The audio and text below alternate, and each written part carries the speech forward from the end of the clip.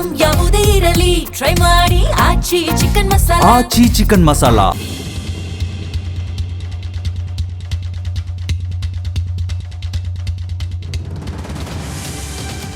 ನಮಸ್ಕಾರ, ಮೆಗಾ ಸುದ್ದಿ ವಿಶೇಷ ಕಾರ್ಯಕ್ರಮಕ್ಕೆ ಸ್ವಾಗತ. ನಾನು ಪ್ರವೀಣ್ ಕುಂಬಾರ್. ಇವತ್ತಿನ ಮೆಗಾ ಸುದ್ದಿಯಲ್ಲಿ 2023ರ ಸಾರ್ವತ್ರಿಕ ವಿಧಾನಸಭಾ ಚುನಾವಣೆಯ ಸಂದರ್ಭದಲ್ಲಿ ಆಗಿನ ವಿರೋಧ ಪಕ್ಷ, ಇವತ್ತಿನ ಆಡಳಿತ ಪಕ್ಷ ಕಾಂಗ್ರೆಸ್ ಸರ್ಕಾರ ರಾಜ್ಯದ ಜನರಿಗೆ ಪಂಚ ಗ್ಯಾರಂಟಿಗಳನ್ನು ಘೋಷಣೆ ಮಾಡಿತ್ತು. ಗೃಹಲಕ್ಷ್ಮಿ, ಗೃಹ ಜ್ಯೋತಿ, ಅದಾದ ನಂತರ ಯುವ ನಿಧಿ, ಅನ್ನಭಾಗ್ಯ ಯೋಜನೆ ಸೇರಿದಂತೆ ಶಕ್ತಿ ಯೋಜನೆ, ಒಟ್ಟು ಪಂಚ ಗ್ಯಾರಂಟಿಗಳನ್ನು ರಾಜ್ಯದ ಜನರಿಗೆ ಘೋಷಣೆ ಮಾಡಲಾಗಿತ್ತು. ಅಧಿಕಾರಕ್ಕೆ ಬಂದ ನಂತರ ಆ ಪಂಚ ಗ್ಯಾರಂಟಿಗಳನ್ನು ಕೂಡ ಅನುಷ್ಠಾನ ಮಾಡಲಾಗಿತ್ತು. ಸಿದ್ದರಾಮಯ್ಯನವರು ಮುಖ್ಯಮಂತ್ರಿ ಆಗಿದ್ದರು, ಇದೀಗ ಡಿ.ಕೆ. ಶಿವಕುಮಾರ್ ಮುಖ್ಯಮಂತ್ರಿ ಆಗಿದ್ದಾರೆ. ಇದು ಸರ್ಕಾರದಲ್ಲಿ ಆಗಿರುವಂತಹ ಬದಲಾವಣೆ. ಆದರೆ ಇದೀಗ ಪಂಚ ಗ್ಯಾರಂಟಿಯಲ್ಲೂ ಕೂಡ ನಾವು ಪರಿಷ್ಕರಣೆ ಮಾಡ್ತೀವಿ ಅಂತ ಕಾಂಗ್ರೆಸ್ನ ಕೆಲ ನಾಯಕರುಗಳು ಈ ಹಿಂದೆಲ್ಲ ಮಾತನಾಡ್ತಾ ಇದ್ರು. ಅನರ್ಹರಿಗೆ ಯೋಜನೆಗಳು ತಲುಪ್ತಾ ಇದೆ, ಅರ್ಹರಿಗೆ ಮಾತ್ರ ಈ ಯೋಜನೆಗಳು ತಲುಪಬೇಕು ಅನ್ನೋ ಕಾರಣಕ್ಕಾಗಿ ಈ ಗ್ಯಾರಂಟಿ ಯೋಜನೆಗಳನ್ನು ಪರಿಷ್ಕರಣೆ ಮಾಡಬೇಕು ಎನ್ನುವಂತಹ ಕೂಗು ದೊಡ್ಡ ಮಟ್ಟದಲ್ಲೇ ಇತ್ತು. ಅದಕ್ಕೆ ಇದೀಗ ಕಾಲ ಕೂಡಿ ಬಂದಿದೆ. ಪ್ರಮುಖವಾಗಿ ಎರಡು ವಿಚಾರ, ಒಂದು ಗೃಹ ಜ್ಯೋತಿ ಮತ್ತು ಗೃಹ ಲಕ್ಷ್ಮಿ. ಈ ಎರಡನ್ನ ಮತ್ತೊಮ್ಮೆ ಪುನರ್ ಅರ್ಜಿಯನ್ನು ಸಲ್ಲಿಸಬೇಕು ಅಂತ ನಿನ್ನೆ ಡಿ.ಕೆ. ಶಿವಕುಮಾರ್ ಹೇಳಿದ್ದಾರೆ. ಹಾಗಾದರೆ ಎಷ್ಟು ಜನ ಈ ಯೋಜನೆಗಳಿಂದ ಹೊರ ಹೋಗ್ತಾರೆ? ಇದರಿಂದ ಸರ್ಕಾರಕ್ಕೆ ಆಗಬಹುದಾದಂಥ ಲಾಭ ಏನು? ಜನಸಾಮಾನ್ಯರಿಗೂ ಕೂಡ ಗ್ಯಾರಂಟಿಗಳು ಬಂದಾಗುತ್ತೆ ಅನ್ನುವಂತಹ ಆತಂಕ ವ್ಯಕ್ತ ಆಗ್ತಾ ಇದೆಯಲ್ಲ, ನಿಜವಾಗಿಯೂ ಕೂಡ ಗ್ಯಾರಂಟಿಗಳು ಬಂದಾಗುತ್ತಾ? ಸರ್ಕಾರದ ಸ್ಪಷ್ಟನೆ ಏನು? ಇದೇ ಇವತ್ತಿನ ವಿಶೇಷ. ಗ್ಯಾರಂಟಿಗೆ ಗ್ರಹಣ, ಯೋಜನೆ ಪರಿಷ್ಕರಣೆ.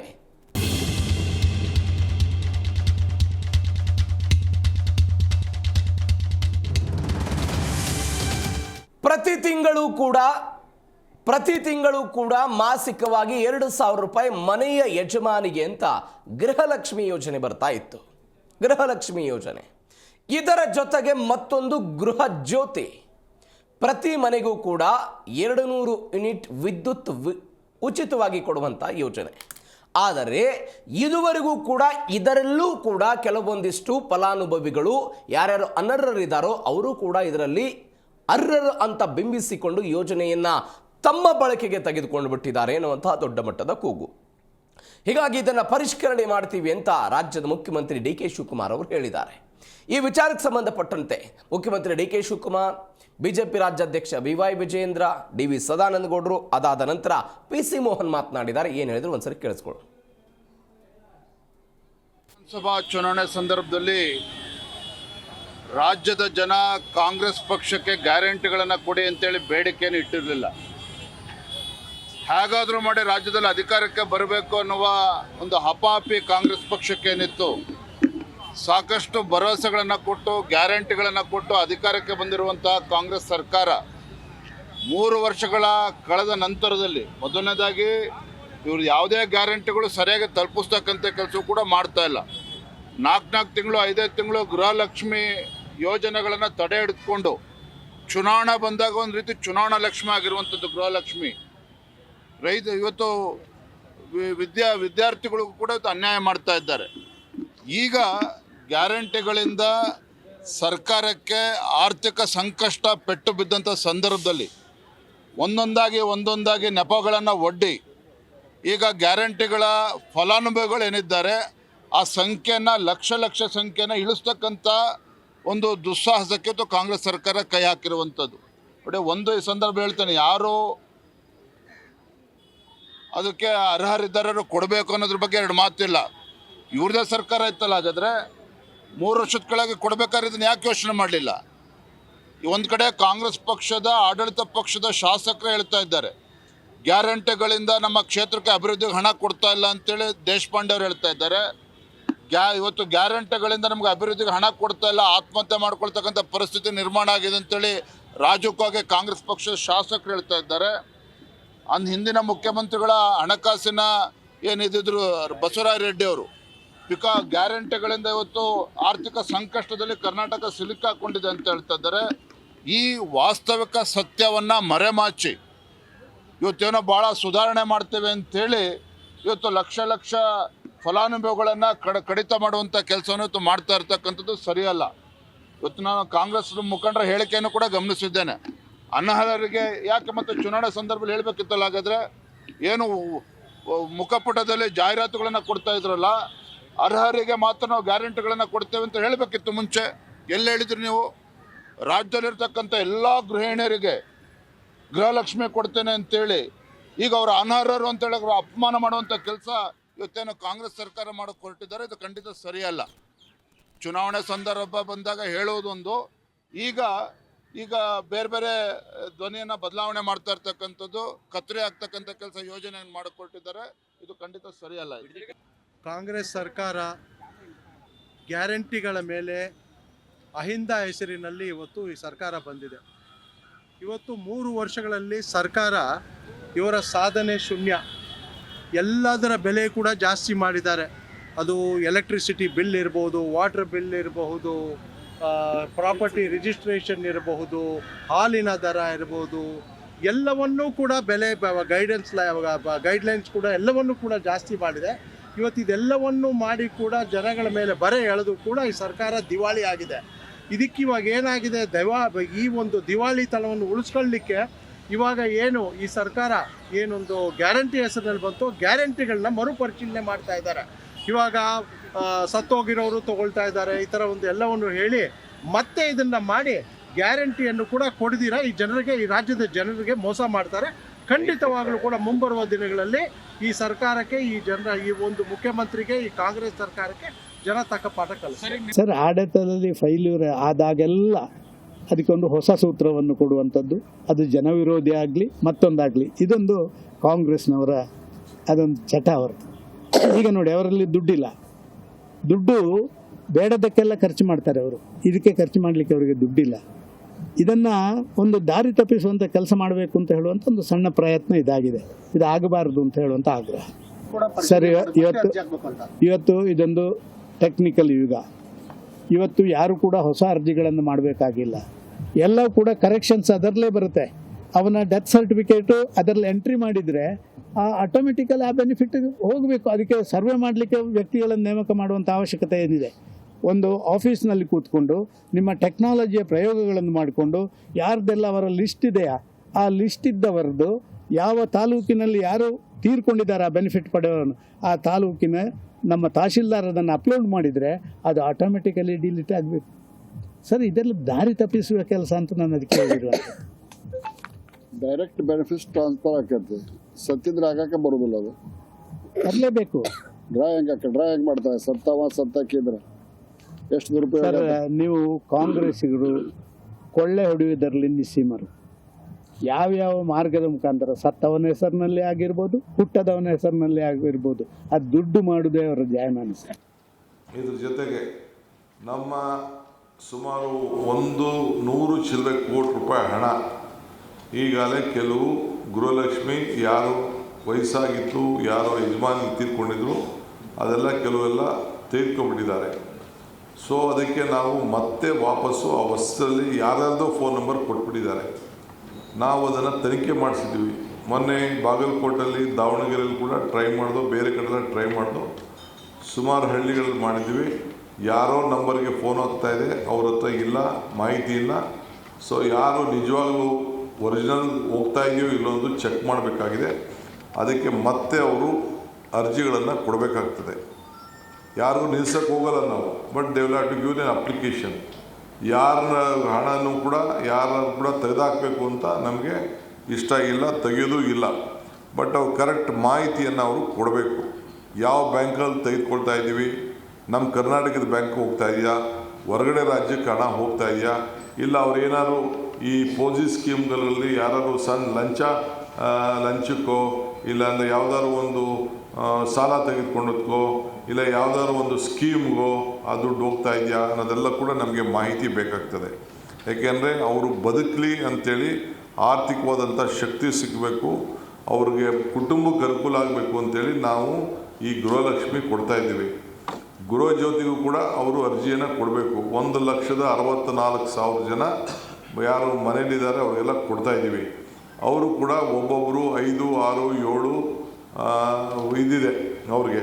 ಅವರೇ ವಾಸ ಇದ್ದಾರಾ, ಬೇರೆ ವಾಸ ಮಾಡ್ತಾ ಇದ್ದಾರಾ, ಯಾರ ಮನೇಲಿ ವಾಸ ಮಾಡ್ತಾರೆ, ನಮ್ಮ ಕರ್ನಾಟಕದವ್ರು ಅಲ್ವಾ, ಅವ್ರ ವ್ಯವಸ್ಥೆ ಏನಿದೆ, ಇದನ್ನೆಲ್ಲ ಕೂಡ ನಮಗೆ ಮಾಹಿತಿಯನ್ನು ತಿಳ್ಕೊಳ್ಬೇಕಾಗ್ತದೆ. ಅವರು ಕೂಡ ಗುರುತಿನ ಚೀಟಿಯನ್ನು ನಾವು ಕೊಡಬೇಕಾಗ್ತದೆ. ಈಗ ನಾವು ಸುಮ್ಮನೆ ಒಂದು ಸಣ್ಣ ಚೀಟಿನ ನಾವು ಕೊಡ್ತಾಯಿದ್ದೀವಿ, 0 ಬಿಲ್ ಕೊಡ್ತಾಯಿದ್ವಿ, ನಮಗೇನು ತೊಂದರೆ ಇಲ್ಲ, ಇಷ್ಟೇ ಮಾಡ್ತಾಯಿದ್ದೀವಿ, ಒಂದು ಕಾರ್ಡ್ ಕೊಡೋದ್ರಲ್ಲಿ ಏನು ಸಮಸ್ಯೆ ಇಲ್ಲ. ಯಾರು ಗೃಹಜ್ಯೋತಿ ಬಳಸ್ಕೊಳ್ತಾ ಇದ್ದಾರೆ ಜಿನೈನಾಗೆ, ಕೆಲವರು ಅಂಗಡಿ, ಮನೆ ಕೆಳಗಡೆ ಅಂಗಡಿ ಇದೆ, ಮೇಲ್ಗಡೆ ಮನೇಲಿದ್ದಾರೆ, ಎರಡಕ್ಕೂ ಸೇರಿ ತೆಗೆದುಕೊಳ್ತಾ ಇದ್ದಾರೆ, ಅಂಥವರು ಬೇರೆ ಸಪ್ರೇಟಾಗಿ ಅಂಗಡಿಗೆ ಹಾಕ್ಕೊಳ್ಳಿ, ನಾವು ವಾಸಕ್ಕೆ ಮಾತ್ರ ಕೊಡ್ತಾಯಿದ್ದೀವಿ, ಅವರ ಬಿಸ್ನೆಸ್ಗೆಲ್ಲ ಕೊಡೋಕ್ಕಾಗಲ್ಲ ನಾವು. ಆ ದೃಷ್ಟಿಯಿಂದ, ಯಾಕೆಂದರೆ 200 ಯೂನಿಟ್ಟು ದಿನೇ ಜಾಸ್ತಿ ಆಗ್ತಾಯಿದೆ ಬೆಲೆ. ಪವರ್ ಬೆಲೆ 10 ರೂಪಾಯಿ, 12 ರೂಪಾಯಿ, 13 ರೂಪಾಯಿ ಎಲ್ಲ ಕೂಡ ಆಗ್ತಾಯಿದೆ. ನಾವು ಪರ್ಚೇಸ್ ಮಾಡಬೇಕಾದ್ರೂ ಕೂಡ 7, 8, 9 ರೂಪಾಯಿವರೆಗೂ ಕೂಡ ಹೋಗ್ತಾಯಿದೆ. ಸೊ ಅದರಿಂದ ನಾವು ಹುಷಾರಾಗಿ ಎಷ್ಟು ಯಾರಿಗೆ ಜಿನೇನಾಗಿ ತಲುಪಬೇಕು ಆ ದೃಷ್ಟಿಯಿಂದ ನಾವು ಅರ್ಜಿಯನ್ನು ಇನ್ನು ಕೆಲವು ದಿನದಲ್ಲಿ ಕೊಡಲಿಕ್ಕೆ ಪ್ರಾರಂಭ ಮಾಡ್ತಾಯಿದ್ದೀವಿ. ಅದಕ್ಕೆ ನಾನು ಎಲ್ಲ ನಮ್ಮ ಜಿಲ್ಲಾಧಿಕಾರಿಗಳಿಗೆ, CO ಗೆ ಮತ್ತು ಆಫೀಸರ್ಸ್ಗೆ ಈ ವಿಚಾರದಲ್ಲಿ ನಮ್ಮ ಗ್ಯಾರಂಟಿ ಕಮಿಟಿ ಮೆಂಬರ್ಸು ಅವರೆಲ್ಲ ಸೇರಿ ಅದನ್ನು ಕೊಡ್ತಾರೆ. ನೀವು ಕೂಡ ನಿಮ್ಮ ಅಧಿಕಾರಿಗಳು ಹೋಗಿ ತಲುಪಿಸಿ ಅದನ್ನು ಕರೆಕ್ಟ್ ಮಾಡಿ, ನೀವು ಯಾರು ಮೀಟರ್ ರೀಡರ್ಸ್ ಇರ್ತಾರೆ ಅವರೆಲ್ಲರೂ ಕೂಡ ಹೋಗಬೇಕು. ಇದ್ರ ಜೊತೆಗೆ ನಮ್ಮ ಸುಮಾರು 100 ಚಿಲ್ಲರೆ ಕೋಟಿ ರೂಪಾಯಿ ಹಣ ಈಗಾಗಲೇ ಕೆಲವು ಗೃಹಲಕ್ಷ್ಮಿ ಯಾರು ವಯಸ್ಸಾಗಿತ್ತು, ಯಾರು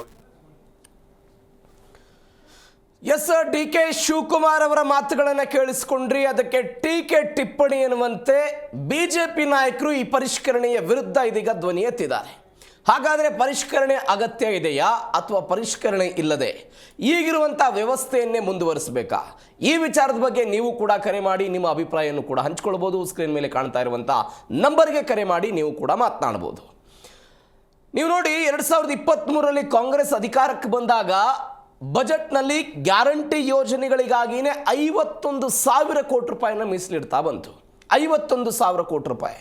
ಅದು ಶಕ್ತಿ ಯೋಜನೆ ಆಗಿರ್ಬೋದು, ಪ್ರತಿ ತಿಂಗಳು 2,000 ರೂಪಾಯಿ ಹಣ ಕೊಡುವಂತಹ ವಿಚಾರಕ್ಕೆ ಸಂಬಂಧಪಟ್ಟಂತೆ ಆಗಿರ್ಬೋದು, ಯುವ ನಿಧಿ ಅಂತ ಹೇಳಿದರು. ಇವತ್ತು BJP ನಾಯಕರು ಮಾಡ್ತಾ ಇರುವಂಥ ಆರೋಪ ಏನು ಅಂತ ಹೇಳಿದರೆ, ಚುನಾವಣಾ ಪ್ರಚಾರದ ಸಮಯದಲ್ಲಿ ಸಿದ್ದರಾಮಯ್ಯನವರು ಕಾಕಾ ಪಾಟೀಲ್ ನಿನಗೂ ಫ್ರೀ, ಎಲ್ರಿಗೂ ಫ್ರೀ ಅಂತೆಲ್ಲ ಭಾಷಣ ಮಾಡಿದರು. ಇವತ್ತು ಯಾಕೆ ಇದರ ಪರಿಷ್ಕರಣೆ ಮತ್ತು ಇದರ ಬಗ್ಗೆ ನಿಯಮಗಳನ್ನು ರೂಪಿಸುವಂಥ ಹಂತಕ್ಕೆ ಹೋಗ್ತಾ ಇದ್ದೀರಿ? BJPಯವರು ಹೇಳ್ತಾ ಇರುವಂಥ ವಿಚಾರ ಏನು ಅಂತ ಹೇಳಿದ್ರೆ, ರಾಜ್ಯ ಸರ್ಕಾರದ ಬೊಕ್ಕಸದಲ್ಲಿ ಹಣ ಇಲ್ಲ, ರಾಜ್ಯ ಸರ್ಕಾರ ಗ್ಯಾರಂಟಿಗಳನ್ನು ಮುಂದುವರಿಸೋದಕ್ಕೆ ಹಣದ ಕೊರತೆ ಆಗ್ತಾ ಇದೆ. ಹಣ ಇಲ್ಲದದ್ದಕ್ಕೇನೆ ಈ ಪರಿಷ್ಕರಣೆಯನ್ನು ತೆಗೆದುಕೊಂಡು ಬರುವ ಮುಖಾಂತರ ಫಲಾನುಭವಿಗಳ ಸಂಖ್ಯೆಯನ್ನು ಕಡಿಮೆ ಮಾಡುವಂತಹ ಪ್ರಯತ್ನಕ್ಕೆ ಇದಕ್ಕೆ ಕೈ ಹಾಕಿದ್ದಾರೆ ಅಂತ BJP ನಾಯಕರು ಮಾಡ್ತಾ ಇರುವಂತಹ ಆರೋಪ. ಆದರೆ ಸರ್ಕಾರ ಹೇಳ್ತಾ ಇರುವಂತಹ ವಿಚಾರ ಏನು ಅಂತ ಹೇಳಿದರೆ, ಗೃಹಲಕ್ಷ್ಮಿ ಯೋಜನೆಗೆ ಇಲ್ಲಿಯ ತನಕ 120 ಕೋಟಿ ರೂಪಾಯಿ ಹಣವನ್ನು ಖರ್ಚು ಮಾಡಲಾಗಿದೆ.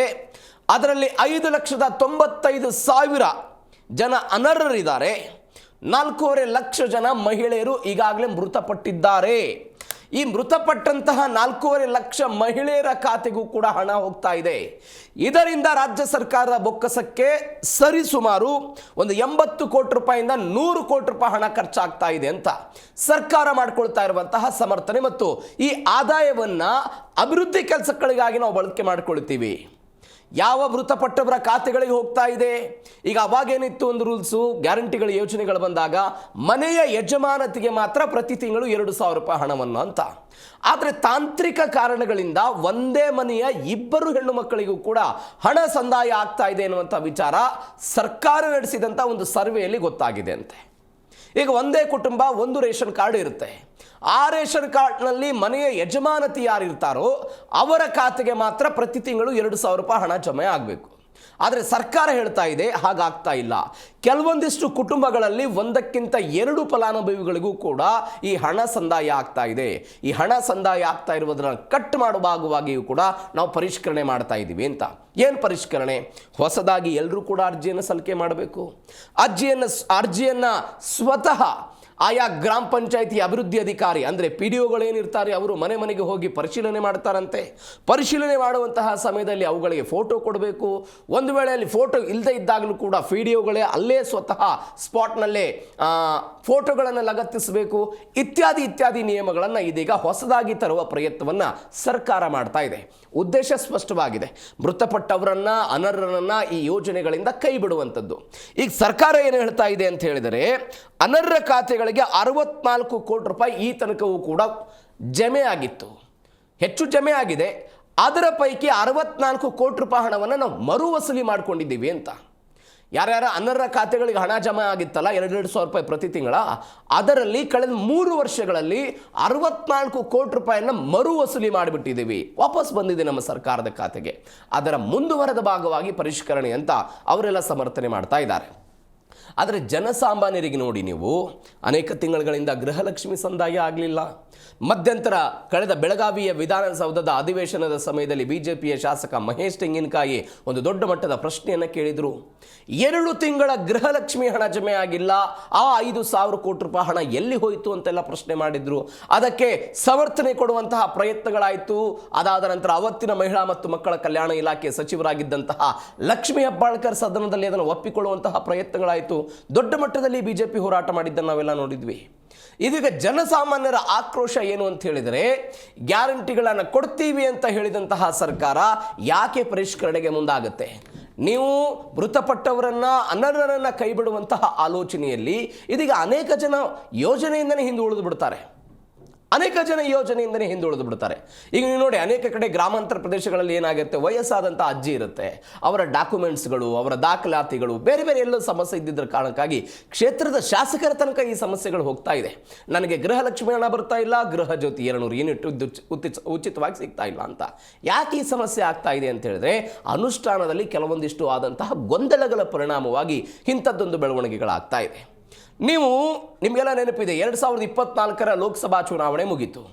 2024ರ ಲೋಕಸಭಾ ಚುನಾವಣೆಯಲ್ಲಿ ಕಾಂಗ್ರೆಸ್ 9 ಸ್ಥಾನ ಗೆದ್ದು, ಕಾಂಗ್ರೆಸ್ ನಿರೀಕ್ಷಿಸಿದ ಸ್ಥಾನಗಳು ಬಂದಿರಲಿಲ್ಲ.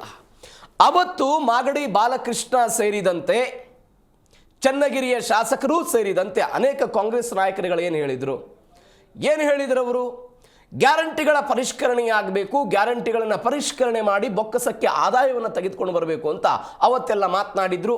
ಆ ಹಂತಕ್ಕೆ ಇದೀಗ ಸರ್ಕಾರ ಹೋಯ್ತಾ ಅನ್ನುವಂಥ ಪ್ರಶ್ನೆ ಇದೆ. ಮಾತನಾಡೋಣ. ಒಬ್ಬ ಕಾಲರ್ ಇದ್ದಾರೆ, ಗಂಗಾಧರ್ ಅಂತ. ನಮಸ್ಕಾರ ಗಂಗಾಧರ್ ಅವರೇ. ಸರ್ ನಮಸ್ತೆ. ನಮಸ್ತೆ. ಹೊಸದುರ್ಗದಿಂದ ಮಾತಾಡ್ತಾ ಇದ್ದೀರಾ? ತಾಲೂಕು ಹೆಬ್ಬಳ್ಳಿ ಗ್ರಾಮ. ಓಕೆ. ಗ್ಯಾರಂಟಿಗಳನ್ನು ಪರಿಷ್ಕರಣೆ ಮಾಡ್ತಾರಂತೆ DK ಶಿವಕುಮಾರ್ ಅವರು, ಹೊಸದಾಗಿ ಅರ್ಜಿ ಸಲ್ಲಿಸಬೇಕು. ಅಲ್ಲ ಸರ್, ಸರಿ, ಪರಿಷ್ಕರಣೆ ಮಾಡೋದಕ್ಕೆ ಈಗ ಏನ್ ಮತ್ತೆ ಅಗ್ಲಗ್ಲ ಅರ್ಜಿ ಕೊಡೋದು, ಇಲ್ಲಿಂದ ಹಳ್ಳಿಗಳಿಂದ ಹೋಗಿ ಟೌನ್ಗೆ ಹೋಗಿ ಅಲ್ಲೆಲ್ಲ ಜನ ಕ್ಯೂ ನಿಂತು ವಾರಗಟ್ಲೆಕ್ಕಾದ್ರೂ ಇದು ಸಿಗಲ್ಲ ಸರ್, ಟವರ್ ಸಿಗಲ್ಲ, ಅವ್ರು ಹೋಗೋದು ಬರೋದು ಇದೇ ಸಮಸ್ಯೆ ಹಿಡಿತೈತೆ. ಯಾರು ಡೆತ್ ಆಗಿದ್ದಾರೆ ಅವ್ರನ್ನ ತಾನೇ ಪರಿಷ್ಕರಣೆ ಮಾಡ್ಬೇಕಾಗಿರೋದು. ಹೌದು. ಆ ಪರಿಷ್ಕರಣೆನ ಪ್ರತಿ ಹಳ್ಳಿನಲ್ಲಿ ಅಂಗನವಾಡಿ ಇರ್ತವೆ.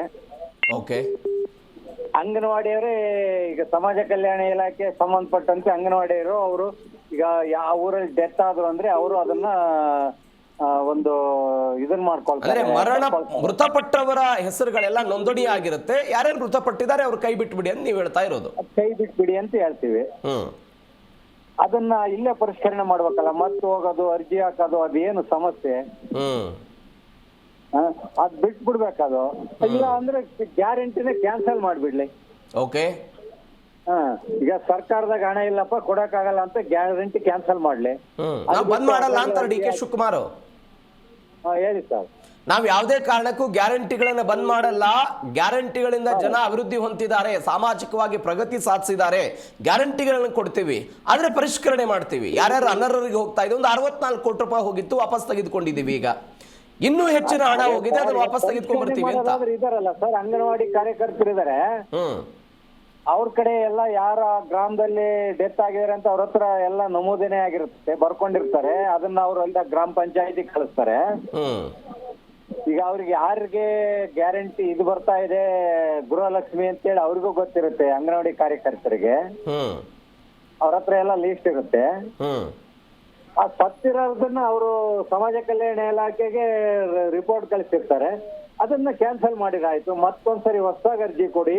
ಜನ ಎಲ್ಲ ಹೋಗಿ ಇದು ಗ್ರಾಮವನ್ನು, ಬೆಂಗಳೂರನ್ನು, ಕರ್ನಾಟಕವನ್ನು ಅದ್ರ ಮುಂದೆ ಕ್ಯೂ ನಿಂತು ದಿನಗಳಾದ್ರೂ ಈಗ ನೀವೆಲ್ಲ ಅರ್ಜಿ ಕೊಡಿ ಅಂತೀರ, ಒಂದೇ ಸರಿ ಧಾವಿಸಿ ಹೋಗ್ಬಿಡ್ತಾರೆ. ಕರೆಕ್ಟು ಧಾವಿಸಿ ಹೋಗಿ ಅಲ್ಲಿ ಬಿಸಿಲಲ್ಲಿ ನಿಂತು ಅವ್ರು ಮತ್ತೆ ಯಾರಿಗಾರ ಏನಾರೇ ಆದ್ರೆ ಸಮಸ್ಯೆ ಏನ್ ಸರ್ ಅದು?